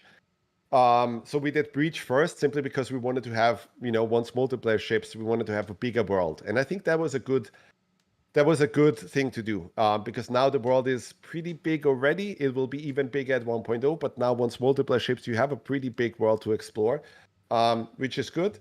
But then on top of that, we will have a more detailed roadmap pretty soon, but in a more official manner. Well, Awesome. We took 2 hours of your time. Thank you so much for stopping by for the podcast today. Let me actually finish this real quick. If you guys give me 10 minutes or so, right? Yeah, go ahead. Oh, no, So you can you take as folks much are- time as you want. You folks are more kind of like on the ARPG side and so on, right? Like if you look at the market right now, if you look at where ARPGs are, let's look at Diablo 4, let's look at Path of Exile, Last Epoch, those kind of things. And then let's also look at Wicked, right? And what we're doing. Where do you guys think things are right now? Like what's your general assessment of where is the ARPG genre, where we at, and what would you like to see in the future? Holy smokes. Do you want me to go first, Frosty, or would you like to take it? Yeah. I'm more of a casual gamer. Aaron is the ARPG guru here, so let's have him. I mean, I don't know about that. There has been more more than ever a push towards zoom, seasonal, build guide, optimized playthroughs, one button build of action RPGs. If you watch people playing Last Epoch at high end, PoE, Diablo, most of the time you can't even see what's happening on the screen. It's one button, everything dies, and you literally just fly through the maps, and it's all about power and pushing the character to the limit. And weirdly, there's also lately, which is disheartening, almost like a push for, I am playing this season to break the game. I want the snapshotting mechanics. I want the bugs. I want the broken. I want the overpower. I'm literally going to try and break the game, and then I'm going to teach everybody how to break the game. That is where I mean, that's kind of where the genre is going. The exploring, the slowing down of gameplay, the intentional combat, the creating your own build. Like, I don't see a ton of that anymore. And even though I make build guides, and even though I'm the owner of actionrpg.com and we provide that, it actually is kind of disheartening when it's, even when I'm streaming, it's like, oh, why aren't you playing this thing? This thing is a lot better. And it's like, oh, I don't know. I'm just having fun playing my own thing. So, the genre, as far as when you're looking at the Diablo likes, the Epoch likes, the Exile likes, it is going the opposite of Wicked. I think that's my opinion based upon seeing. Right now we're playing the new season 9 of Torchlight Infinite that just dropped, and it's like your build is not good unless you are hitting the training dummy for a trillion damage. So unless you're peaking the training dummy's damage, you suck. Like, that's what I see. I mean, I'm not as well versed as Aaron here, but typically with Diablo 4, you hit one button, you breeze through the whole game like in 4 hours. You get to Endgame, you play it for a day, you're done, you're fully maxed out. And you kind of have nothing to do, nothing's really fun. In Wicked, I enjoyed the meaningful combat, that it was hard in the beginning. I've beaten the game, I've done the Crucible like 100 times. I have a bunch of uniques. Now I made a second character, and this character does feel like I'm kind of breaking the game a bit. So I do like the possibility of having a season or a reset at some point, because now I'm kind of breaking the game. I have this like ring setup where I don't need to eat, I don't need mana, I'm just blowing stuff up, and it's cool, it's a lot of fun, I'm having a great time. But when you stay at that point for too long, it's kind of like, well, what do I do really? I mean, if there's fun end game content and there's stuff to progress, or just the Crucible in general is cool to go in and being like, what crazy abilities am I going to get? That's a fun thing. But also, when you play something like PoE 2, they started off very hard, and you went like you had to be like the meta build right off the gate. There was no like leeway there. It was like if you went the wrong skill, you're just not beating Act 1. And no matter how good you are, I guess if you dodged everything perfectly, maybe. I just wish we saw more of a, I guess, progression in those games where it's not just like it's hard the entire way through, it's easy the entire way through. With Wicked, I do feel like it was hard in the beginning. When you get to level 10, your build's kind of more online, and you're using a few different skills. And then in the end game, you can kind of get a little bit broken. I do like that. I don't know if this is really answering your questions. I'm just kind of rambling here, but that's just my opinion. I'm just generally always interested in where people think the journey goes next, right? And in many ways, like, that's the job of the developer, right? Like, we have to decide a whole bunch of stuff on like, oh my God, that specific thing hasn't really been done with the genre yet, and we're testing it and we're prototyping it and we feel super fun and so on, right? But I feel like we're still, like, there's still a bit of stagnation in this genre. And that's what we want to break open, right? I generally am a little bit concerned. I think Blizzard is in a pretty tough spot. They lost a lot of their talent and so on, right? And who knows who the current people are that shepherd Diablo and so on. I don't know any of these people anymore. And obviously, I also have concerns about grinding gear, right? They lost Chris Wilson, who's been the guy behind the curtains for over a decade, right? And even though I think there's a lot of ARPGs that came out, right? And obviously also the Last Epoch guys are pushing and so on. I want to see the genre get to that next level, right? To the level of like, can we see a jump in ARPG still from that was similar to Super Mario World to Mario 64, right? That kind of thing, where it's just, okay, this is a leap, right? This is really taking it to the next level. Part of it is, I think, the platform thing, that you could play it in multiple different ways, and every one of those is fun. But I think there's still something out there that all of us are kind of it's almost like going to Mars, right? Like there's a clear goal, but we all have to kind of like find out what is the way to reach that. And that's what we're looking for. It's my opinion what's gonna be and you've already dealt with this. I think the hardest part for Wicked will be the marketing of the game. I covered this on YouTube early on, even before early access, and it's, obviously everyone always talks about the tweet, like, Diablo, Path of Exile, we're coming for you. And then, you see the gameplay, and it's like, this is the most beautiful isometric action RPG. The sound is awesome. The combat is awesome. The visuals are awesome. And the studio that brought us Ori, that everybody loves, is literally calling out the two big dogs. Like, oh, man, the little guy's coming after them, and they're creating this handcrafted world. And then you play Wicked, and it's like you're dying on the boat because you don't realize that it does play different. So then it's like, well, wait, are you a Diablo-like isometric action RPG, or are you an isometric Souls-like Dark Souls? Because then I think to the player base, you're like, well, why are you even talking about Diablo? Because your game isn't like Diablo, right? So I don't know how you bridge that gap. And I know now I'm just kind of rambling too, but I think that is going to be a huge part for Wicked and just getting the name out and moving forward, especially without the seasonal model, because they're going to be like, okay, when's season 1? And it's like, there is no season 1. This is like Grim Dawn. This is like Titan Quest, where we're going to do DLCs.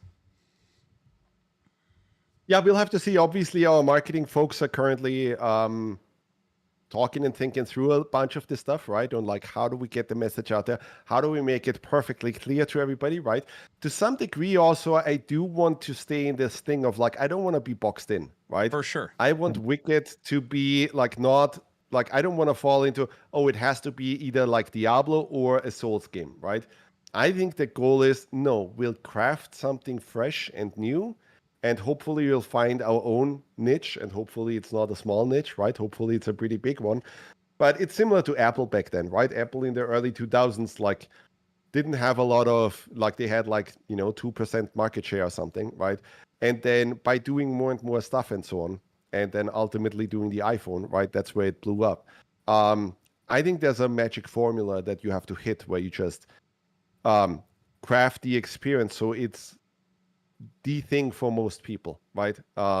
That's what we were going to get to. We don't want to craft the next Souls game or the next Diablo game. We want No Rest for the Wicked to be No Rest for the Wicked. And that's difficult because it's like it comes with, teaching the audience that, oh, there's a new thing, right? Like, and it doesn't play like the old thing that you already know, right? It has its own thing going on, but engage with it because you'll get a shit ton of fun out of it. Yeah, you're almost trying to like make your own genre. You want it to be like Wicked-like, Exactly. That's what I think will happen. By the way, I do think, like, I do think, because this has already happened before, right? When we released Ori, Metroidvania, there were other studios. Like, I know EA basically told me back then that they opened up a whole new studio and made Fair just to kind of like compete with Ori, right? Because with Ori, we sold 15 million copies, which is crazy. Like, that was just nuts. And so even Insomniac did Song of the Deep or something, right? And they all kind of found out that, oh, it's actually not that easy to make a 2D Metroidvania, right? It's fucking brutally difficult because of the genre that it is. I think a lot of people ultimately will take some of that stuff over that we're doing with Wicked, and I think that's a good thing. The idea generally is to push the genre forward, to do all the things at Moon, because that's what we can do that a Blizzard couldn't do, a Grinding Gear couldn't do, right? Where we try to push the genre into new directions and innovate full front, right? Like on every single thing that we can, to find that new audience and to find, like like to get people engaged with it. Because you're not going to get that out of Blizzard and so on. They're not, like, even with Diablo 4 already, they had this problem, right? Where initially they had Josh Moscara working on it, who basically wanted to do Souls like Diablo, and Blizzard immediately burned it down, right? Yeah. And was like, this is not Diablo, you can't do that, right? And it's just, shit, I would have really liked to see that version, right? From the guy who made Reaper of Souls, right? That I would have wanted to see This is not that Diablo. version, something new. Yeah. Diablo 2 started like that. That's if you played Diablo 2 when it first came out, they didn't have mana pots. If you missed your fireball, it was a big deal. You're in so trouble. when they're saying this isn't Diablo, they're saying this isn't like Diablo 3. Like, I think much that's different. the problem in the thinking, right? That it's just this whole, oh, it has to be exactly the same as the other thing, just with better graphics and so on, right? But if you think that way, well, you will never reach the next big thing because you're constraining yourself to what was already done before, right? That's where I think we all have to be a little bit okay with, no, it's not Diablo and it's not Souls. It's a new thing, right? And that's okay. And let's appreciate that and let's just get into it. But it's difficult in terms of marketing, right? Like, people want a simple, clear message. I get that as well, but we'll have to see. When people buy Madden 25 compared to Madden 24, they know exactly what they're going to get, right?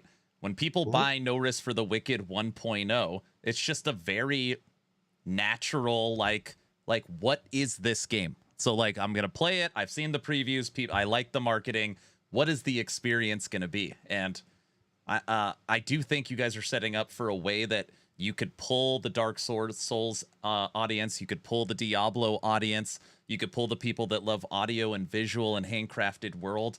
And you are setting up the game to be able to be huge for multiple audiences, what I think is great. It's just about how do you communicate it? I have no idea. Aaron, that's the trick. I want all of them, right? I want the people who are into Souls games to play Wicked. I want the people who are into Diablo to play Wicked. I want the people who play Zelda to be into Wicked. We even talked to Nintendo about that recently, right? Regarding Switch 2 and so on, and what could we do on that platform, right? That makes it stand out, etc. But ultimately, I want everyone, right? Ultimately, Wicked should become a game that sells 20, 30, 40 million copies or something, right? So we'll have to see. But yeah, we will have to do some smart stuff in terms of marketing and communication to make sure that people get it. And yeah, there's just some brain power we need to spend on that. By the way, the fact that you said you've never played Last Epoch, I know you don't have it, but I'm going to send you a copy, and we're going to play the new season for a few days. You're no, gonna it's have a lot fine. of fun. I want to support the developers. I'm always the kind of guy, right? Like, I don't want a free copy.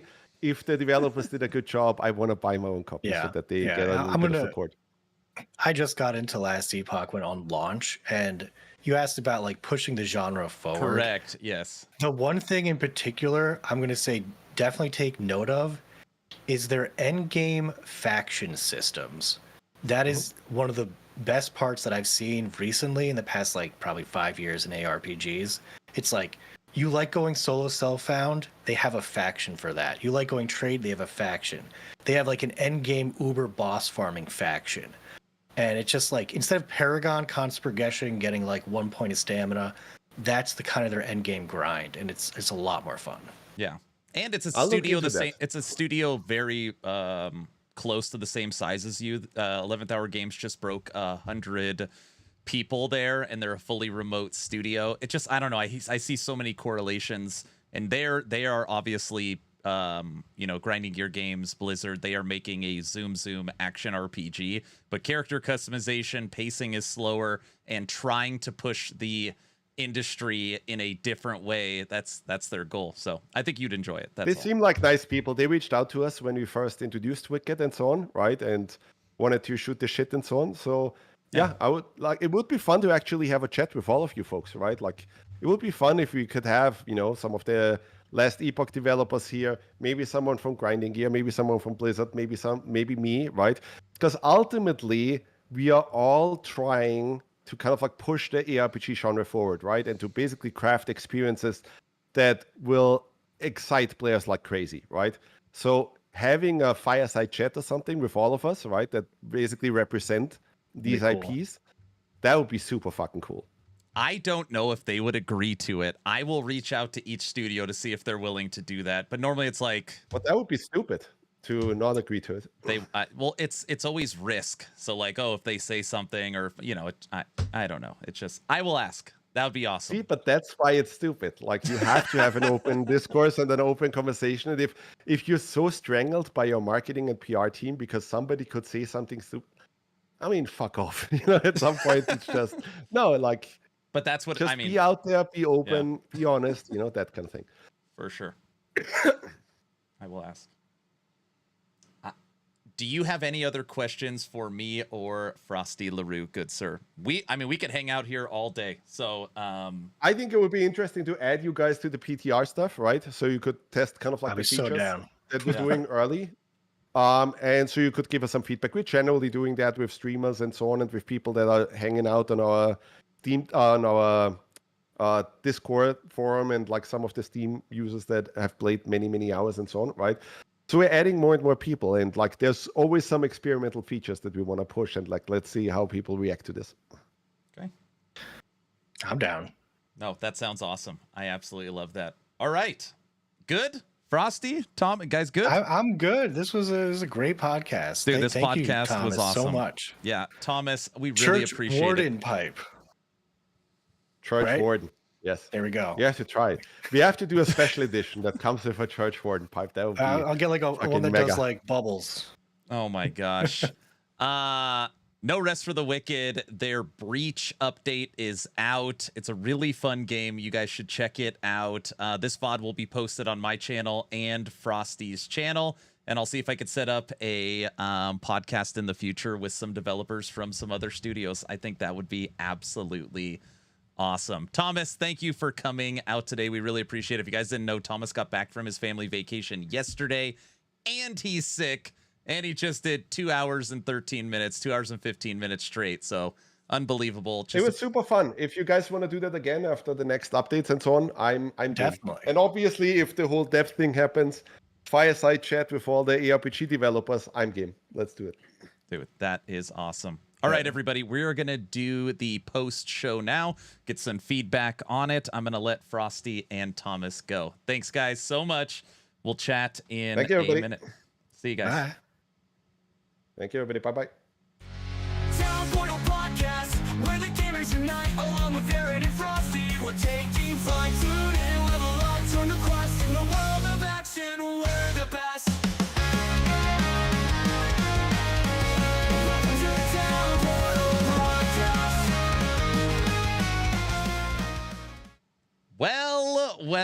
Well, holy smokes. That might have been the best podcast we have done. I don't know what everybody thinks. Just popped on and it's over. I'm sorry. I know you missed it. Don't worry, it'll be posted. Great job. Not bad. 10 out of 10. Really good. Great job. Amazing interview. 10 years of future dev project is insane. Definitely the best one so far, and thanks, Shin. Love that I was able to see it. He was like singing poetry for an hour and a half. I was playing TL while watching and thinking about trying out the game now. He is not shy about saying what he really thinks. You know, it's very telling what he said there at the end. This is, you know, a top dog of a studio of 90 individuals that have sold 10, 20 million copies of their Ori series and is trying to make the next great action RPG and push the genre forward. And what is so awesome is just like how we love Mike on Friday's live streams for Last Epoch. You know, you don't get that like marketing talk. You don't get the Diablo 4 fireside chat. He's not holding papers. There's not somebody sitting behind him nodding or, you know, shaking their head that he can't say this. He is a genuine, real person that is not held back with his words. And that is just so refreshing. It's just so refreshing that, like, yeah, that's the problem. They can't even talk without getting in trouble. Like, I really enjoyed that.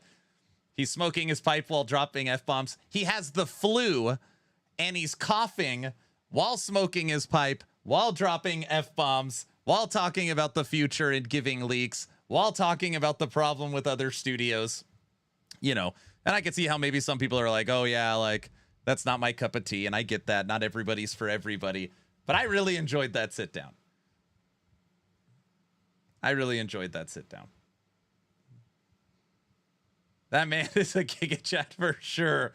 I loved every second of it.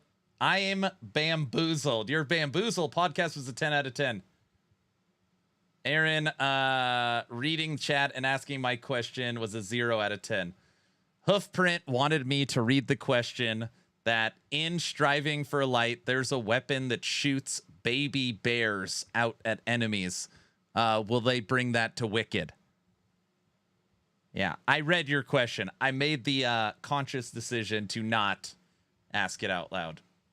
Not a single Muppet joke the whole interview. It's so nice not having to worry about being lied to, right?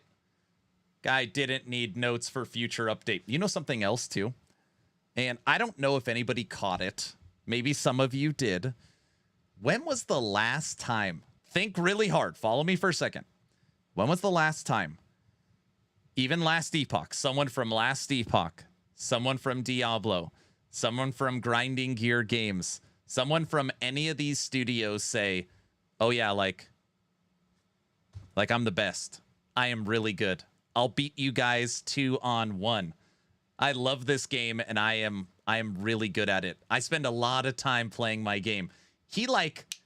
There was never a question of his experience and knowledge playing and him knowing what's happening in the future, right? You go to a Diablo 4 fireside and it's like, hey, Dan, what's going to happen in this situation?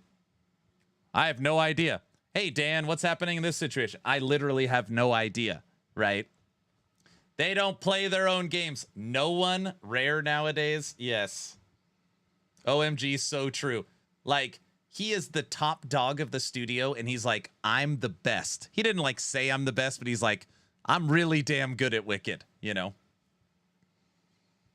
Mark and Neon from GGG. Yeah, I mean, I've never heard Mark talk that way, but I know Mark plays for sure.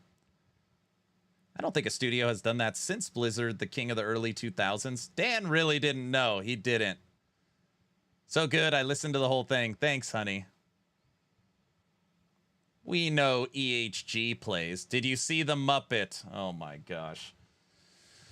Oh, everybody, if you did not see, Brow is having one heck of a day. He made these. I'm telling him this looks nothing like me. I don't know why people are like, oh, Aaron, that's a spitting image. It's dumb. This is not what I look like. Thysic, that's not funny. Will you guys stop it?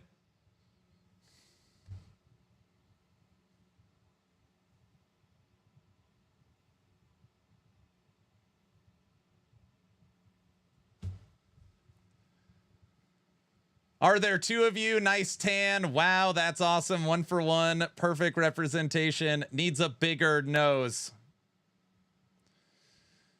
I'd buy that for $1. 100% you, Aaron. Is that your twin? Is that not you? The question is, how do you not see it? What the heck? Is that a self-portrait? That is a perfect Muppet Aaron. Literally the same. All right, do you guys want to see Frosty's Muppet? Here's Frosty LaRue.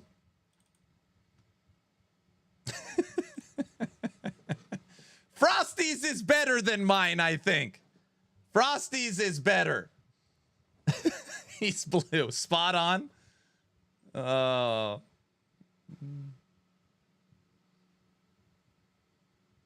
Looks just like Frosty. I definitely am more handsome for sure. Mm-hmm. I'm blue and okay, guys, this is the best one. This is the top dog.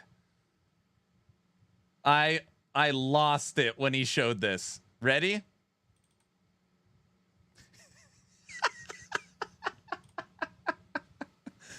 It's Hog, baby. Oh my gosh, that's terrifying. Oh no. Disney Hog. Spot on. Oh yeah. Yep. What the hell? Send this to Hog 100%. I will. I will. Now people, Guilty, so ridiculous. Guilty is researching how this can become my VTuber and I could switch between Muppet Aaron and regular Aaron. I was like, please don't do that. We're not doing that. Hog definitely needs to see this. We're not doing Muppet Aaron. So just so everybody's aware. Yes, let's do it. No, we're not doing it. Yes, that we do. Dang, I thought that was already enabled. What? What are you talking about? No, that would be good. Muppet Aaron is coming on stream. No. Next subathon for sure. Muppet-a-thon.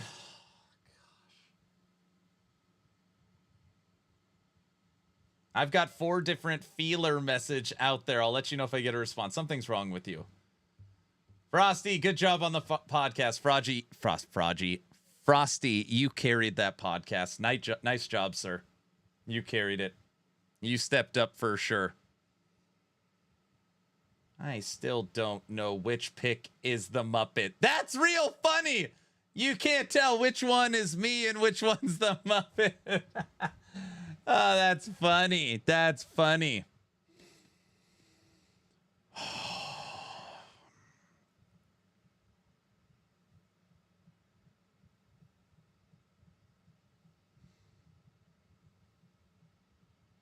For the first time ever, I knew more about a game than Aaron on a podcast. You did for sure.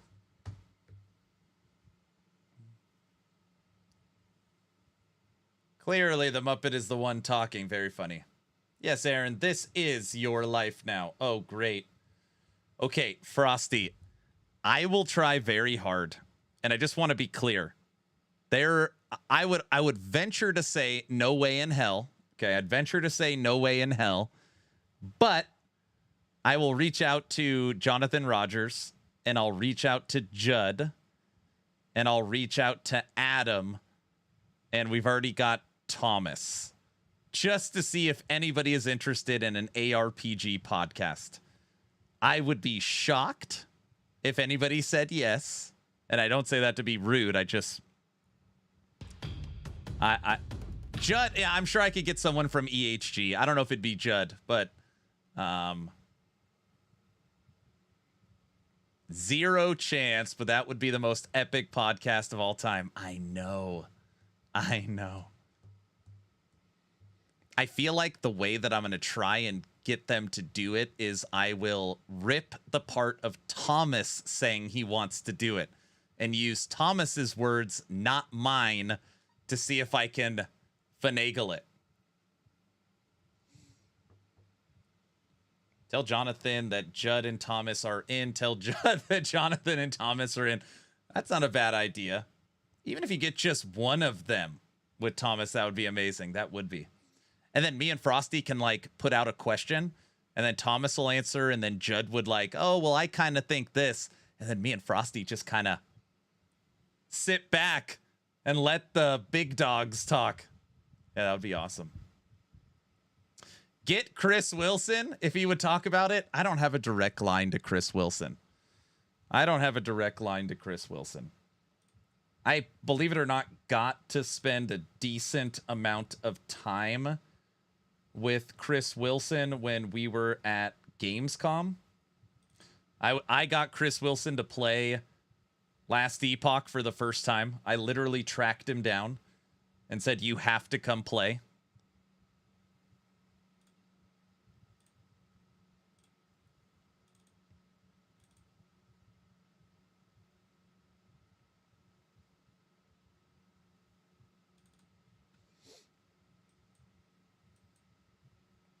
Dude, Mike looks like a different person. He's lost so much weight. I can get Chris Wilson if you want. Oh my gosh.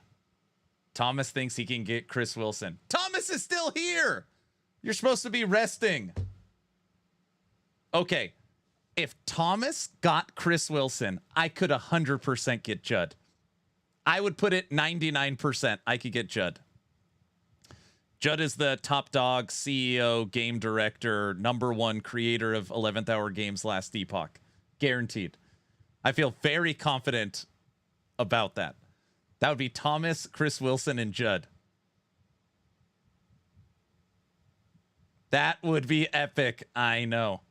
That would cut out Grinding Gear Games and Diablo. It'd probably be a more honest conversation, right? Because the second you put in Jonathan Rogers or Rod Ferguson or something like that, it would like change, I feel like, the entire dynamic of the conversation. If you guys don't know, this is Carve, game design, top dog for Last Epoch. He's also a professional PoE 1 player. Mike, senior developer, co-founder of VHG, Chris Wilson, and me.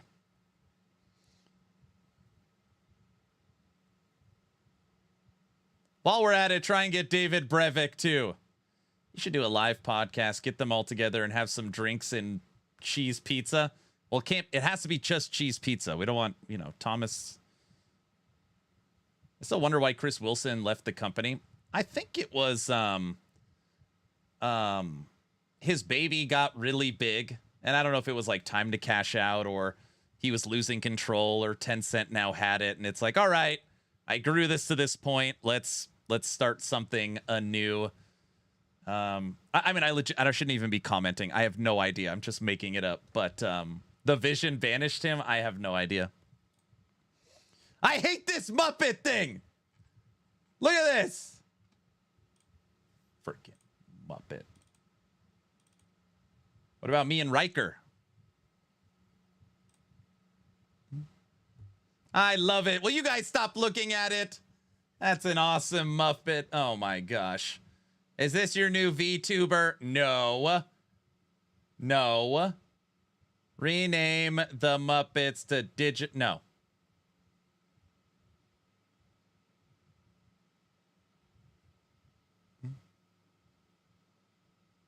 Riker's a cool guy. Kermit and Elmo, VTuber model Muppet. You guys have a real problem. I don't know what to say. This is not happening. You guys can use Frosties. You can use Frosties. There you go. Okay. I have some questions for everybody that watched the podcast. All right. Let's go to like a blank screen here so it doesn't. Muppets is going core. Muppets is not going core. You guys are crazy. Okay. This is Hogs. Frosties is spot on. I love that Frosties is blue. I don't know why. The fact that his is blue is like so unbelievably perfect. Okay. Questions on the podcast. So obviously we had the intro scene.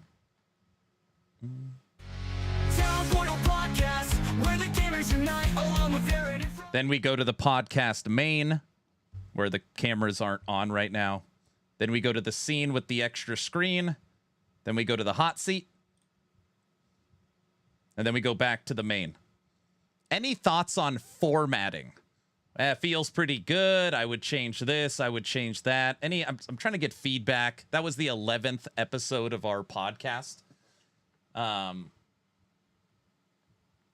We're normally a little more structured on time, so it's like 30 minutes per category, where we went a little different. Muppets, you want Muppets on the podcast?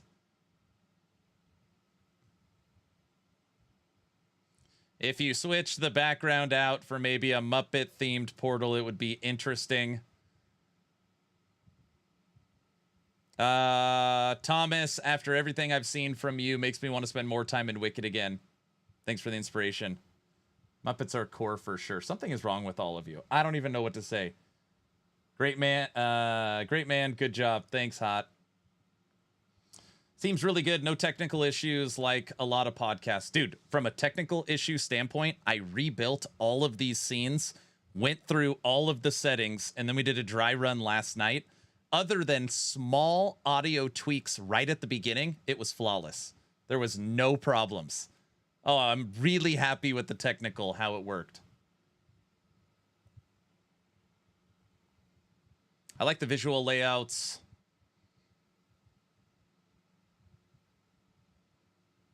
Think you and Frosty need to work on handoffs a bit. Seemed a little awkward in places. Yeah, normally we just try and do you ask a question, I ask a question, and we go back and forth. But then if we have a follow-up question on our question, it kind of throws it off. So I could see that. Maybe have some ferns during the between two segments. Get a Thomas puppet. Oh my gosh. We wing it. We do kind of wing it. I never want the podcast to feel super rehearsed. The only kind of funny rehearsed thing, which I don't ever want to change, is we have kind of organically made it where Frosty does like an over-the-top intro for the person. And it's not over the top as in he's lying or making anything up, but it's like this creator of Moon Studios has a 5-story house. The master, you know, like this grandiose intro. I really love that. The Muppet Podcast. Okay, guys, listen. Starting effective immediately. Right now, we're no longer talking about Muppets. Okay? We're done. This is gone. This does not look like me. We're not doing Muppets. Okay? I don't know why I'm screaming. I've had enough. Muppet Town Portal, Thomas the Muppet. Lose, it's not funny. Smurfs then, maybe Muppets, make Muppets great again. Stop yelling, he keeps bringing up the Muppets. No, we're done with this. Not until we get a Muppet-a-thon. I've got the picture. Get out of here. I don't see anything wrong with the Muppet idea. What if we made them Smurfs? Frosty's already a Smurf. Every time I see this, I think Aaron's mouth isn't moving. Wow, Aaron got a huge tan. Have the Muppets play D4. It'll make sense. Luz, I'm sorry for yelling. I don't know why I yelled at you. I'm sorry. I'm sorry for screaming. That wasn't intentional. Uncle John, if you're still here, thank you for the raid. I know it was 27 minutes ago. All Muppets all the time, like polka. Gosh. Okay. I don't know if anybody caught it. Just hold on a second. Thomas said in chat, Frosty, are you still there? Thomas just said in chat he could get Chris Wilson.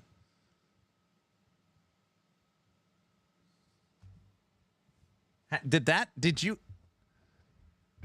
catch that? That just feels like it's impossible. I don't know why. It feels that would be insane.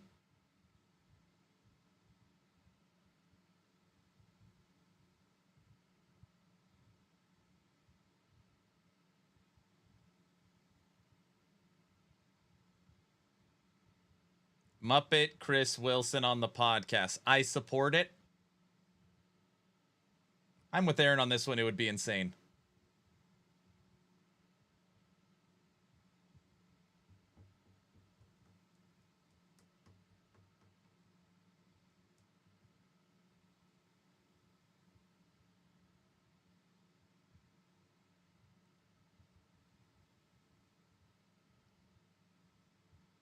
I think Chris would be open to it, more exposure for his new project as well.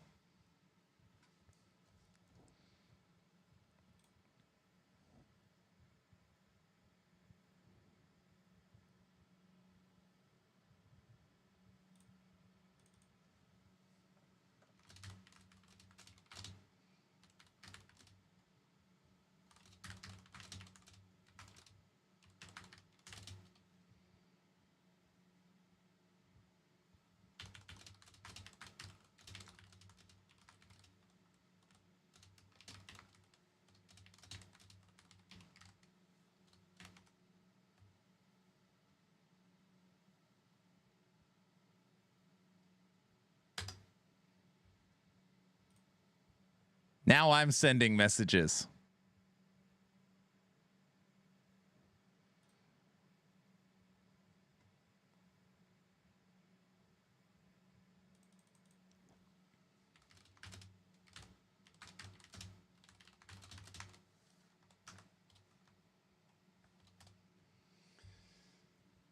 Do it, Aaron. Chris, Thomas, and Judd. I feel very strongly Judd would do it. I feel pretty strongly. I can't speak for him. Obviously, I haven't talked to him. But if Chris Wilson and Thomas is there, I think Judd would do it. I don't see why he wouldn't.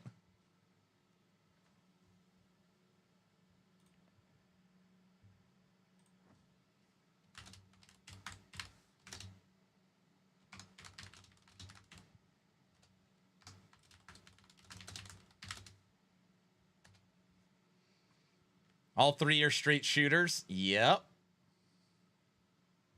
All right, we are officially working on it. Messages have already been sent, so we'll see what happens. Oh man, all those alphas in one room. What could go wrong? That's a good question. It is an excellent question. What could go wrong?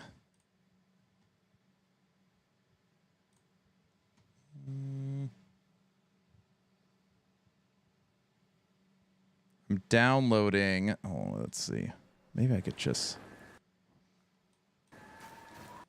Oh, wow. This does look pretty good. Hold on a second. Let's see.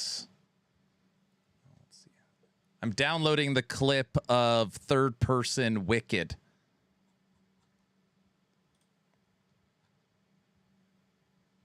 All right. Come on. Okay. Anybody that has played No Rest for the Wicked, Thomas would like feedback on this. All right. So just obviously be open and honest. This was just sent to me by Thomas for Wicked. Thoughts?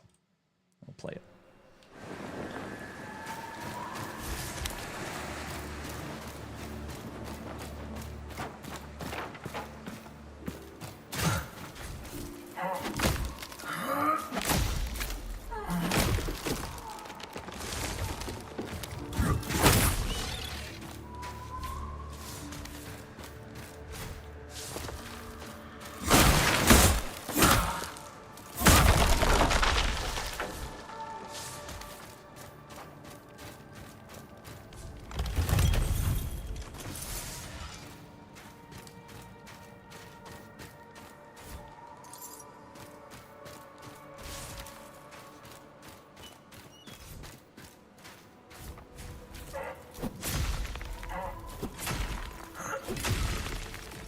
So far, it looks like a little bit of a mixed bag. But people would love to be able to switch between them, like on the fly, right?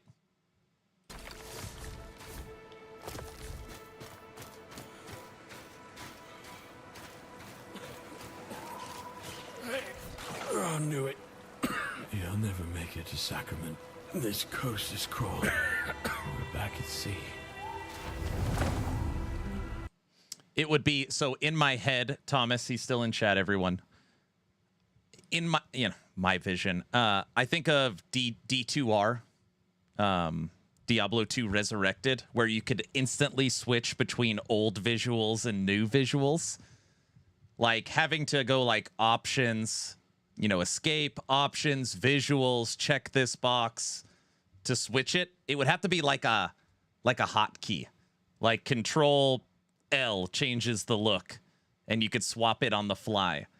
I think that was what would be needed. Like you could really like switch it quickly. If I had to go to the options, I would never use it. Hotkey would be fantastic, yeah.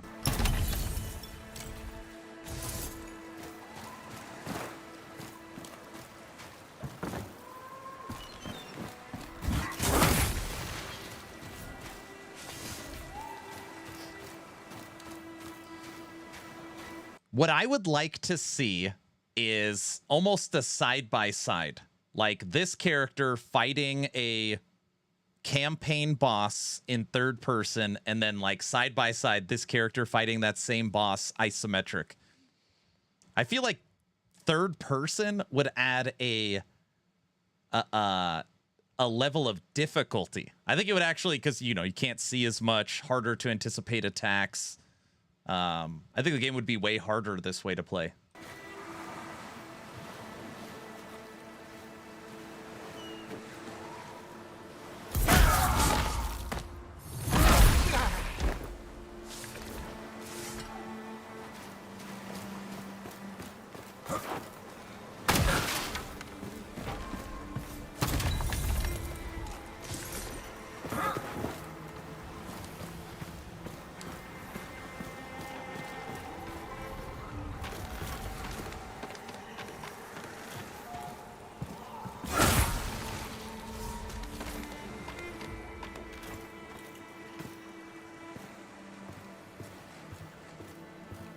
It's crazy watching this clip. I mean, obviously it's the same game, but it's like a whole different game. It's a whole different game. Maybe it would be crazy, but I was thinking of people would make their own maps and share them. Maybe the map could grow while the player progresses. For Wicked, it's all handcrafted.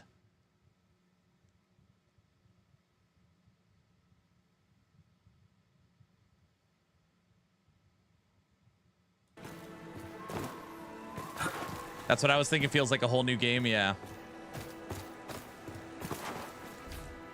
Dude, look at that.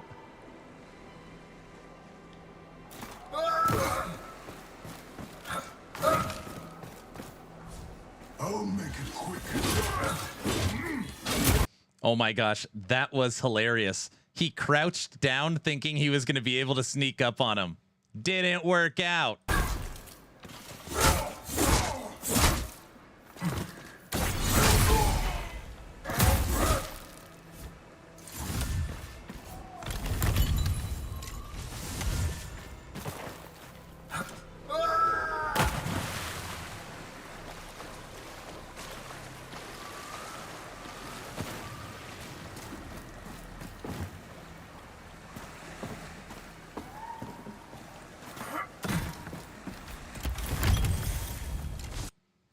Thomas, this is you playing. Is this your gameplay? You could tell the person playing this game right now is really good, or he just has a broken build. I don't know. Yep. Me playing in editor.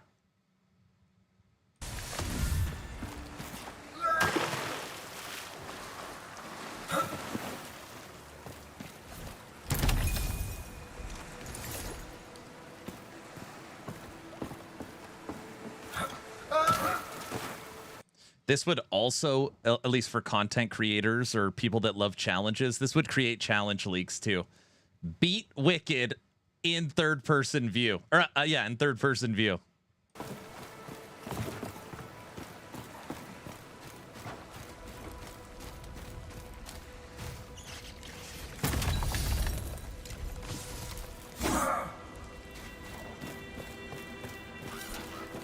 Only sunrise.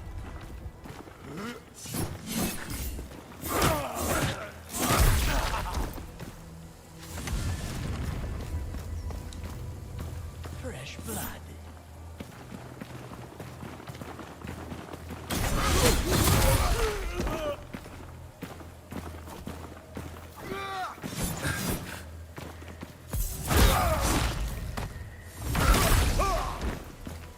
Something just popped into my head as I was watching this. Thomas said something interesting. Like, nothing is definitive, but this game will very likely not have seasons, which means it won't have start over points unless they do a fresh wipe on a DLC. DLC expansions would be once a year. On top of that, since the characters are like a blank canvas, you don't have a mastery, you don't have an ascension, you don't have a class. You make the class, you would never have...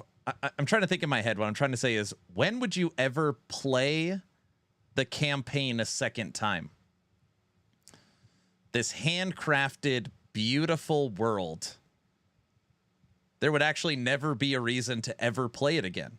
Obviously, the DLC will take you to a new area. You'll have more endgame. You'll have stuff to do. But you would actually never go through the campaign more than once. And maybe that's a good thing. Maybe people would like that. Like, hey, I go through the story. I know the story. Now I get into the grindy part, the mapping, the endgame, the housing, the crafting, the character progression. No, just...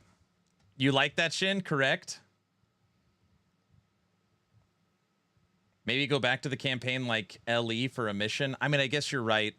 The little, like, what is it? The bounty board or whatever, that would pull you in. Also, the, like, void, pestilence. What are they called? The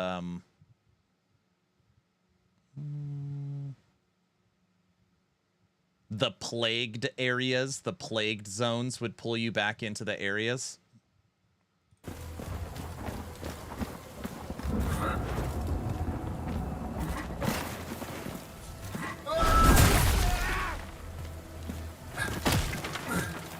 Sometimes I just replay single-player games just for the fun, too, though. I beat The Witcher 3 a bunch of times. I think ultimately it's about the end game and the sandbox. The campaign gets you in at the start, but then there needs to just be tons of depth so you need and want to play through the areas all over again. To be honest, Wicked is the only game I actually look forward to playing through again, but I definitely get your point. Yeah. Maybe leaderboards for each map. Oh, we didn't ask about leaderboards. We didn't talk about achievements, like different ways of competing with people. I'm sure they've tabled it.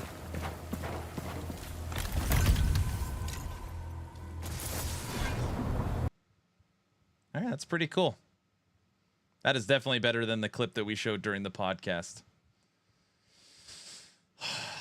Feedback for myself for the next podcast. Hey, Thomas, anything cool I could have prepared to show during the extra scene part? It's like so stupid. Having to replay the campaign is good because it just means way more content for way less work from the devs, but maybe Wicked will still have enough content so it doesn't matter. I don't know. Like I can't. And we kind of talked about this at the end of the podcast. I'm struggling to wrap my head around it from a business perspective, right? Because you've got the game, a fun game. Fun game will sell itself. But then obviously you have the financial responsibility of the studio, being able to pay a studio of 90 people and being able to create awesome future content that will draw people in. And it's like no supporter packs, no battle pass, no cosmetics of any time. I'm not saying that's a good thing or a bad thing. Like, that's the current stance. Okay, totally fine. Which means you have the retail cost of the game and you have expansions potentially once a year. That is going to fund the entire project for a decade. And obviously, if you sell 5 million, 10 million, 15 million, 20 million copies, and you have an expansion every year that gets millions of sales, that can for sure work. But as far as like the marketing of YouTubers, the marketing of, streamers and content creators, people, I do think in that world, people love the start over. Being able to, all right, first one to level 100, first one to kill this boss. All right, fresh playthrough. Let's see what the new meta is. And, games like, if you look at games like Grim Dawn, considered one of the best action RPGs, didn't do seasons until the modding community took it over, right? Early Diablo didn't do seasons. Titan Quest didn't do seasons. And those games, as good as they were never as big as the ones that did. So again, I don't have the answers, but it's like Moon Studios has so much to figure out from like a player retention and a financing and a marketing standpoint for this game because it is so unique compared to everyone else. It makes more sense now when you look at the initial marketing of like, hey, we're coming for these studios. We are going to push this genre forward. and you could see that their vision of the game is, is very different. Wookie, thank you for the sub. Thank you, tier 1. 13 months. Great podcast. When do we get the Muppet stream? Very funny. We're done talking about Muppets. I don't know why I'm screaming. I'm sorry. I didn't mean to scream at you. Thank you for the sub. Clout chasing versus a good game. I'll take what they are doing for sure. For sure. I'm not saying that the people don't like their vision for the game. I think, they have something that they're definitely. Daddy, stop yelling. I'm just talking about, when you're running a business, you have to look at it from all aspects. I do believe, though, a good product sells itself. I do believe that. I think the option to keep your house decked out will help for more playthroughs. Yep, the overwhelming vocal feedback is people don't like seasons, but the numbers do show otherwise in the ARPG scene. Yep. Yep. I just think seasons are just so easy to market. It almost requires no marketing. A new season pulls every content creator in. A new season, you're able to rebalance. So if you make a mistake, right? Two-handed greatswords are broken. All right, we'll let people have fun with it. We'll fix it next season. It actually leads to probably lazier development of the game, because you could just whatever, we'll fix it later. I don't think MTX would hurt the game. I am a firm believer in maybe not having a cosmetics shop, right? Where there's here's 500 different helmet visuals you could buy. I do like the idea of supporter packs. Hey, if you give us $30, we will give you these visuals for your house, for your weapon, whatever. And that is for your most hardcore audience, right? It's an actual supporter pack because we want a way to invest in the studio. I think that's okay. I don't know if you need $500 or $600 supporter packs like Grinding Gear Games. They do massive supporter packs, but seasons give me a reason to go back and keeps me coming back. So 11th hour games for Last Epoch, obviously they do the seasonal model, and they've always said they never want to do DLCs and they never want to do expansions, because the problem leads to fracturing the player base. And I have an example, moderator for this channel, Autobot Topper, oh yeah, I don't play D4 anymore because I never bought Vessels of Hatred. And since I didn't buy Vessels of Hatred and everyone else did, there's no point in playing it anymore. So, how does that work for the people that get all the expansions and the people that don't? Is this a new camera angle or something? Yeah, this is just a test. Thomas put this in the Discord. This is him playing and testing a new third-person view for Wicked, and he was just asking for some of our feedback.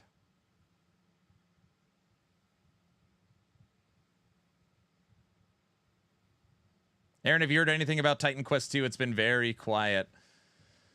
I have a theory. If you guys don't know the original launch for Titan Quest 2, it is my theory that the launch of PoE 2 screwed up their plans. The launch of PoE 2 screwed up their plans.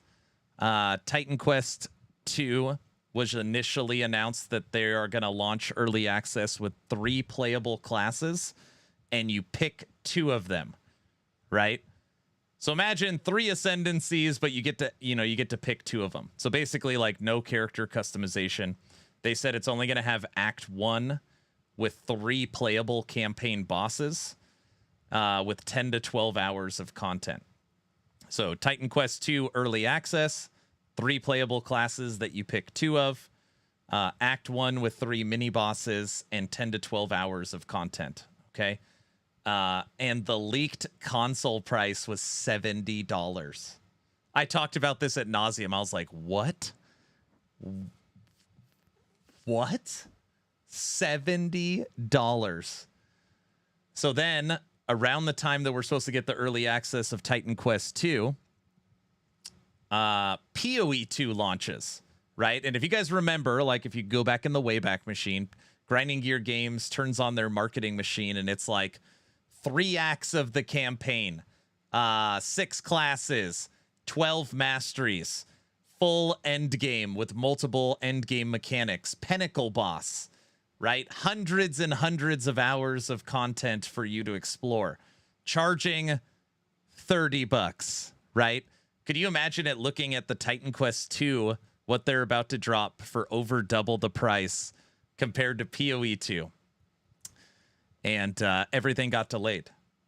They decided they're going to add more content to the campaign. They're going to be releasing the Rogue class, so now there's 4 masteries. They put out a new demo at Gamescom 2024. And they put out a playable demo, like a Twitch or a Steam weekend playthrough, which went really, really well. So ultimately, it is my theory that the overwhelming success of the early access of PoE 2 changed THQ Nordic's plan for Titan Quest 2. I cannot confirm that. That is just my guess. Now, that being said, I do know people right now that have access to a further version of Titan Quest 2 and are currently playtesting the Rogue class. So, they're working on it in the background. Titan Quest 2 is a very demanding game. It heated up my video card in almost all the games I played, fewer 40 to 50 frames. Right now we have, this is from Thomas. Yeah, of course, right now we have the first 3 tiers of items available in the game. At 1.0, there'll be all new tiers. Yeah, so I don't really have an answer to your question on Titan Quest 2 other than they're continuing to expand on their early access. But just know that Titan Quest 2 is not a seasonal game. So it will not have seasons. It will not have leagues. They are going the Grim Dawn regular Titan Quest 1 route of DLCs and expansions. That is the plan. That's the plan.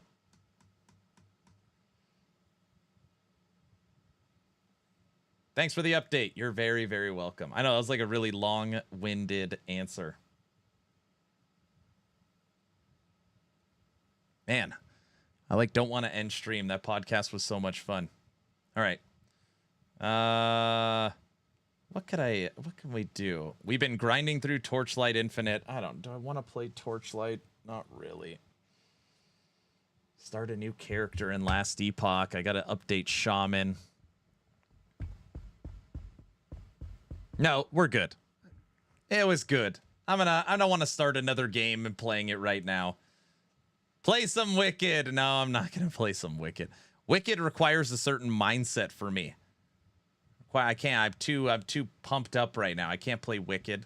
Soulstone Survivor. No, I don't want to play Soulstone. End on a good note. Yeah, that's my thought. That's my thought. All right, everybody. If you missed any part of the podcast, the VOD will be up on Frosty's channel and mine, and on Twitch, and on Kick, and on X, and on YouTube. So you can find it anywhere. We're already starting to work on the next podcast, which would be really, really cool. So thank you all for coming out today. Again, huge shout out to Frosty LaRue, my co-host, and Thomas, Top Dog at Moon Studios. It was awesome. It was awesome. I'll be back tomorrow. We'll be streaming, hopefully, Tier 8. My plan is to push to Tier 8 mapping, which means I'm going to die a ton in Torchlight Infinite. And if you guys need anything, hit me up on Discord. You're all awesome. I'll see you guys tomorrow, and have a good one. See ya. Bye.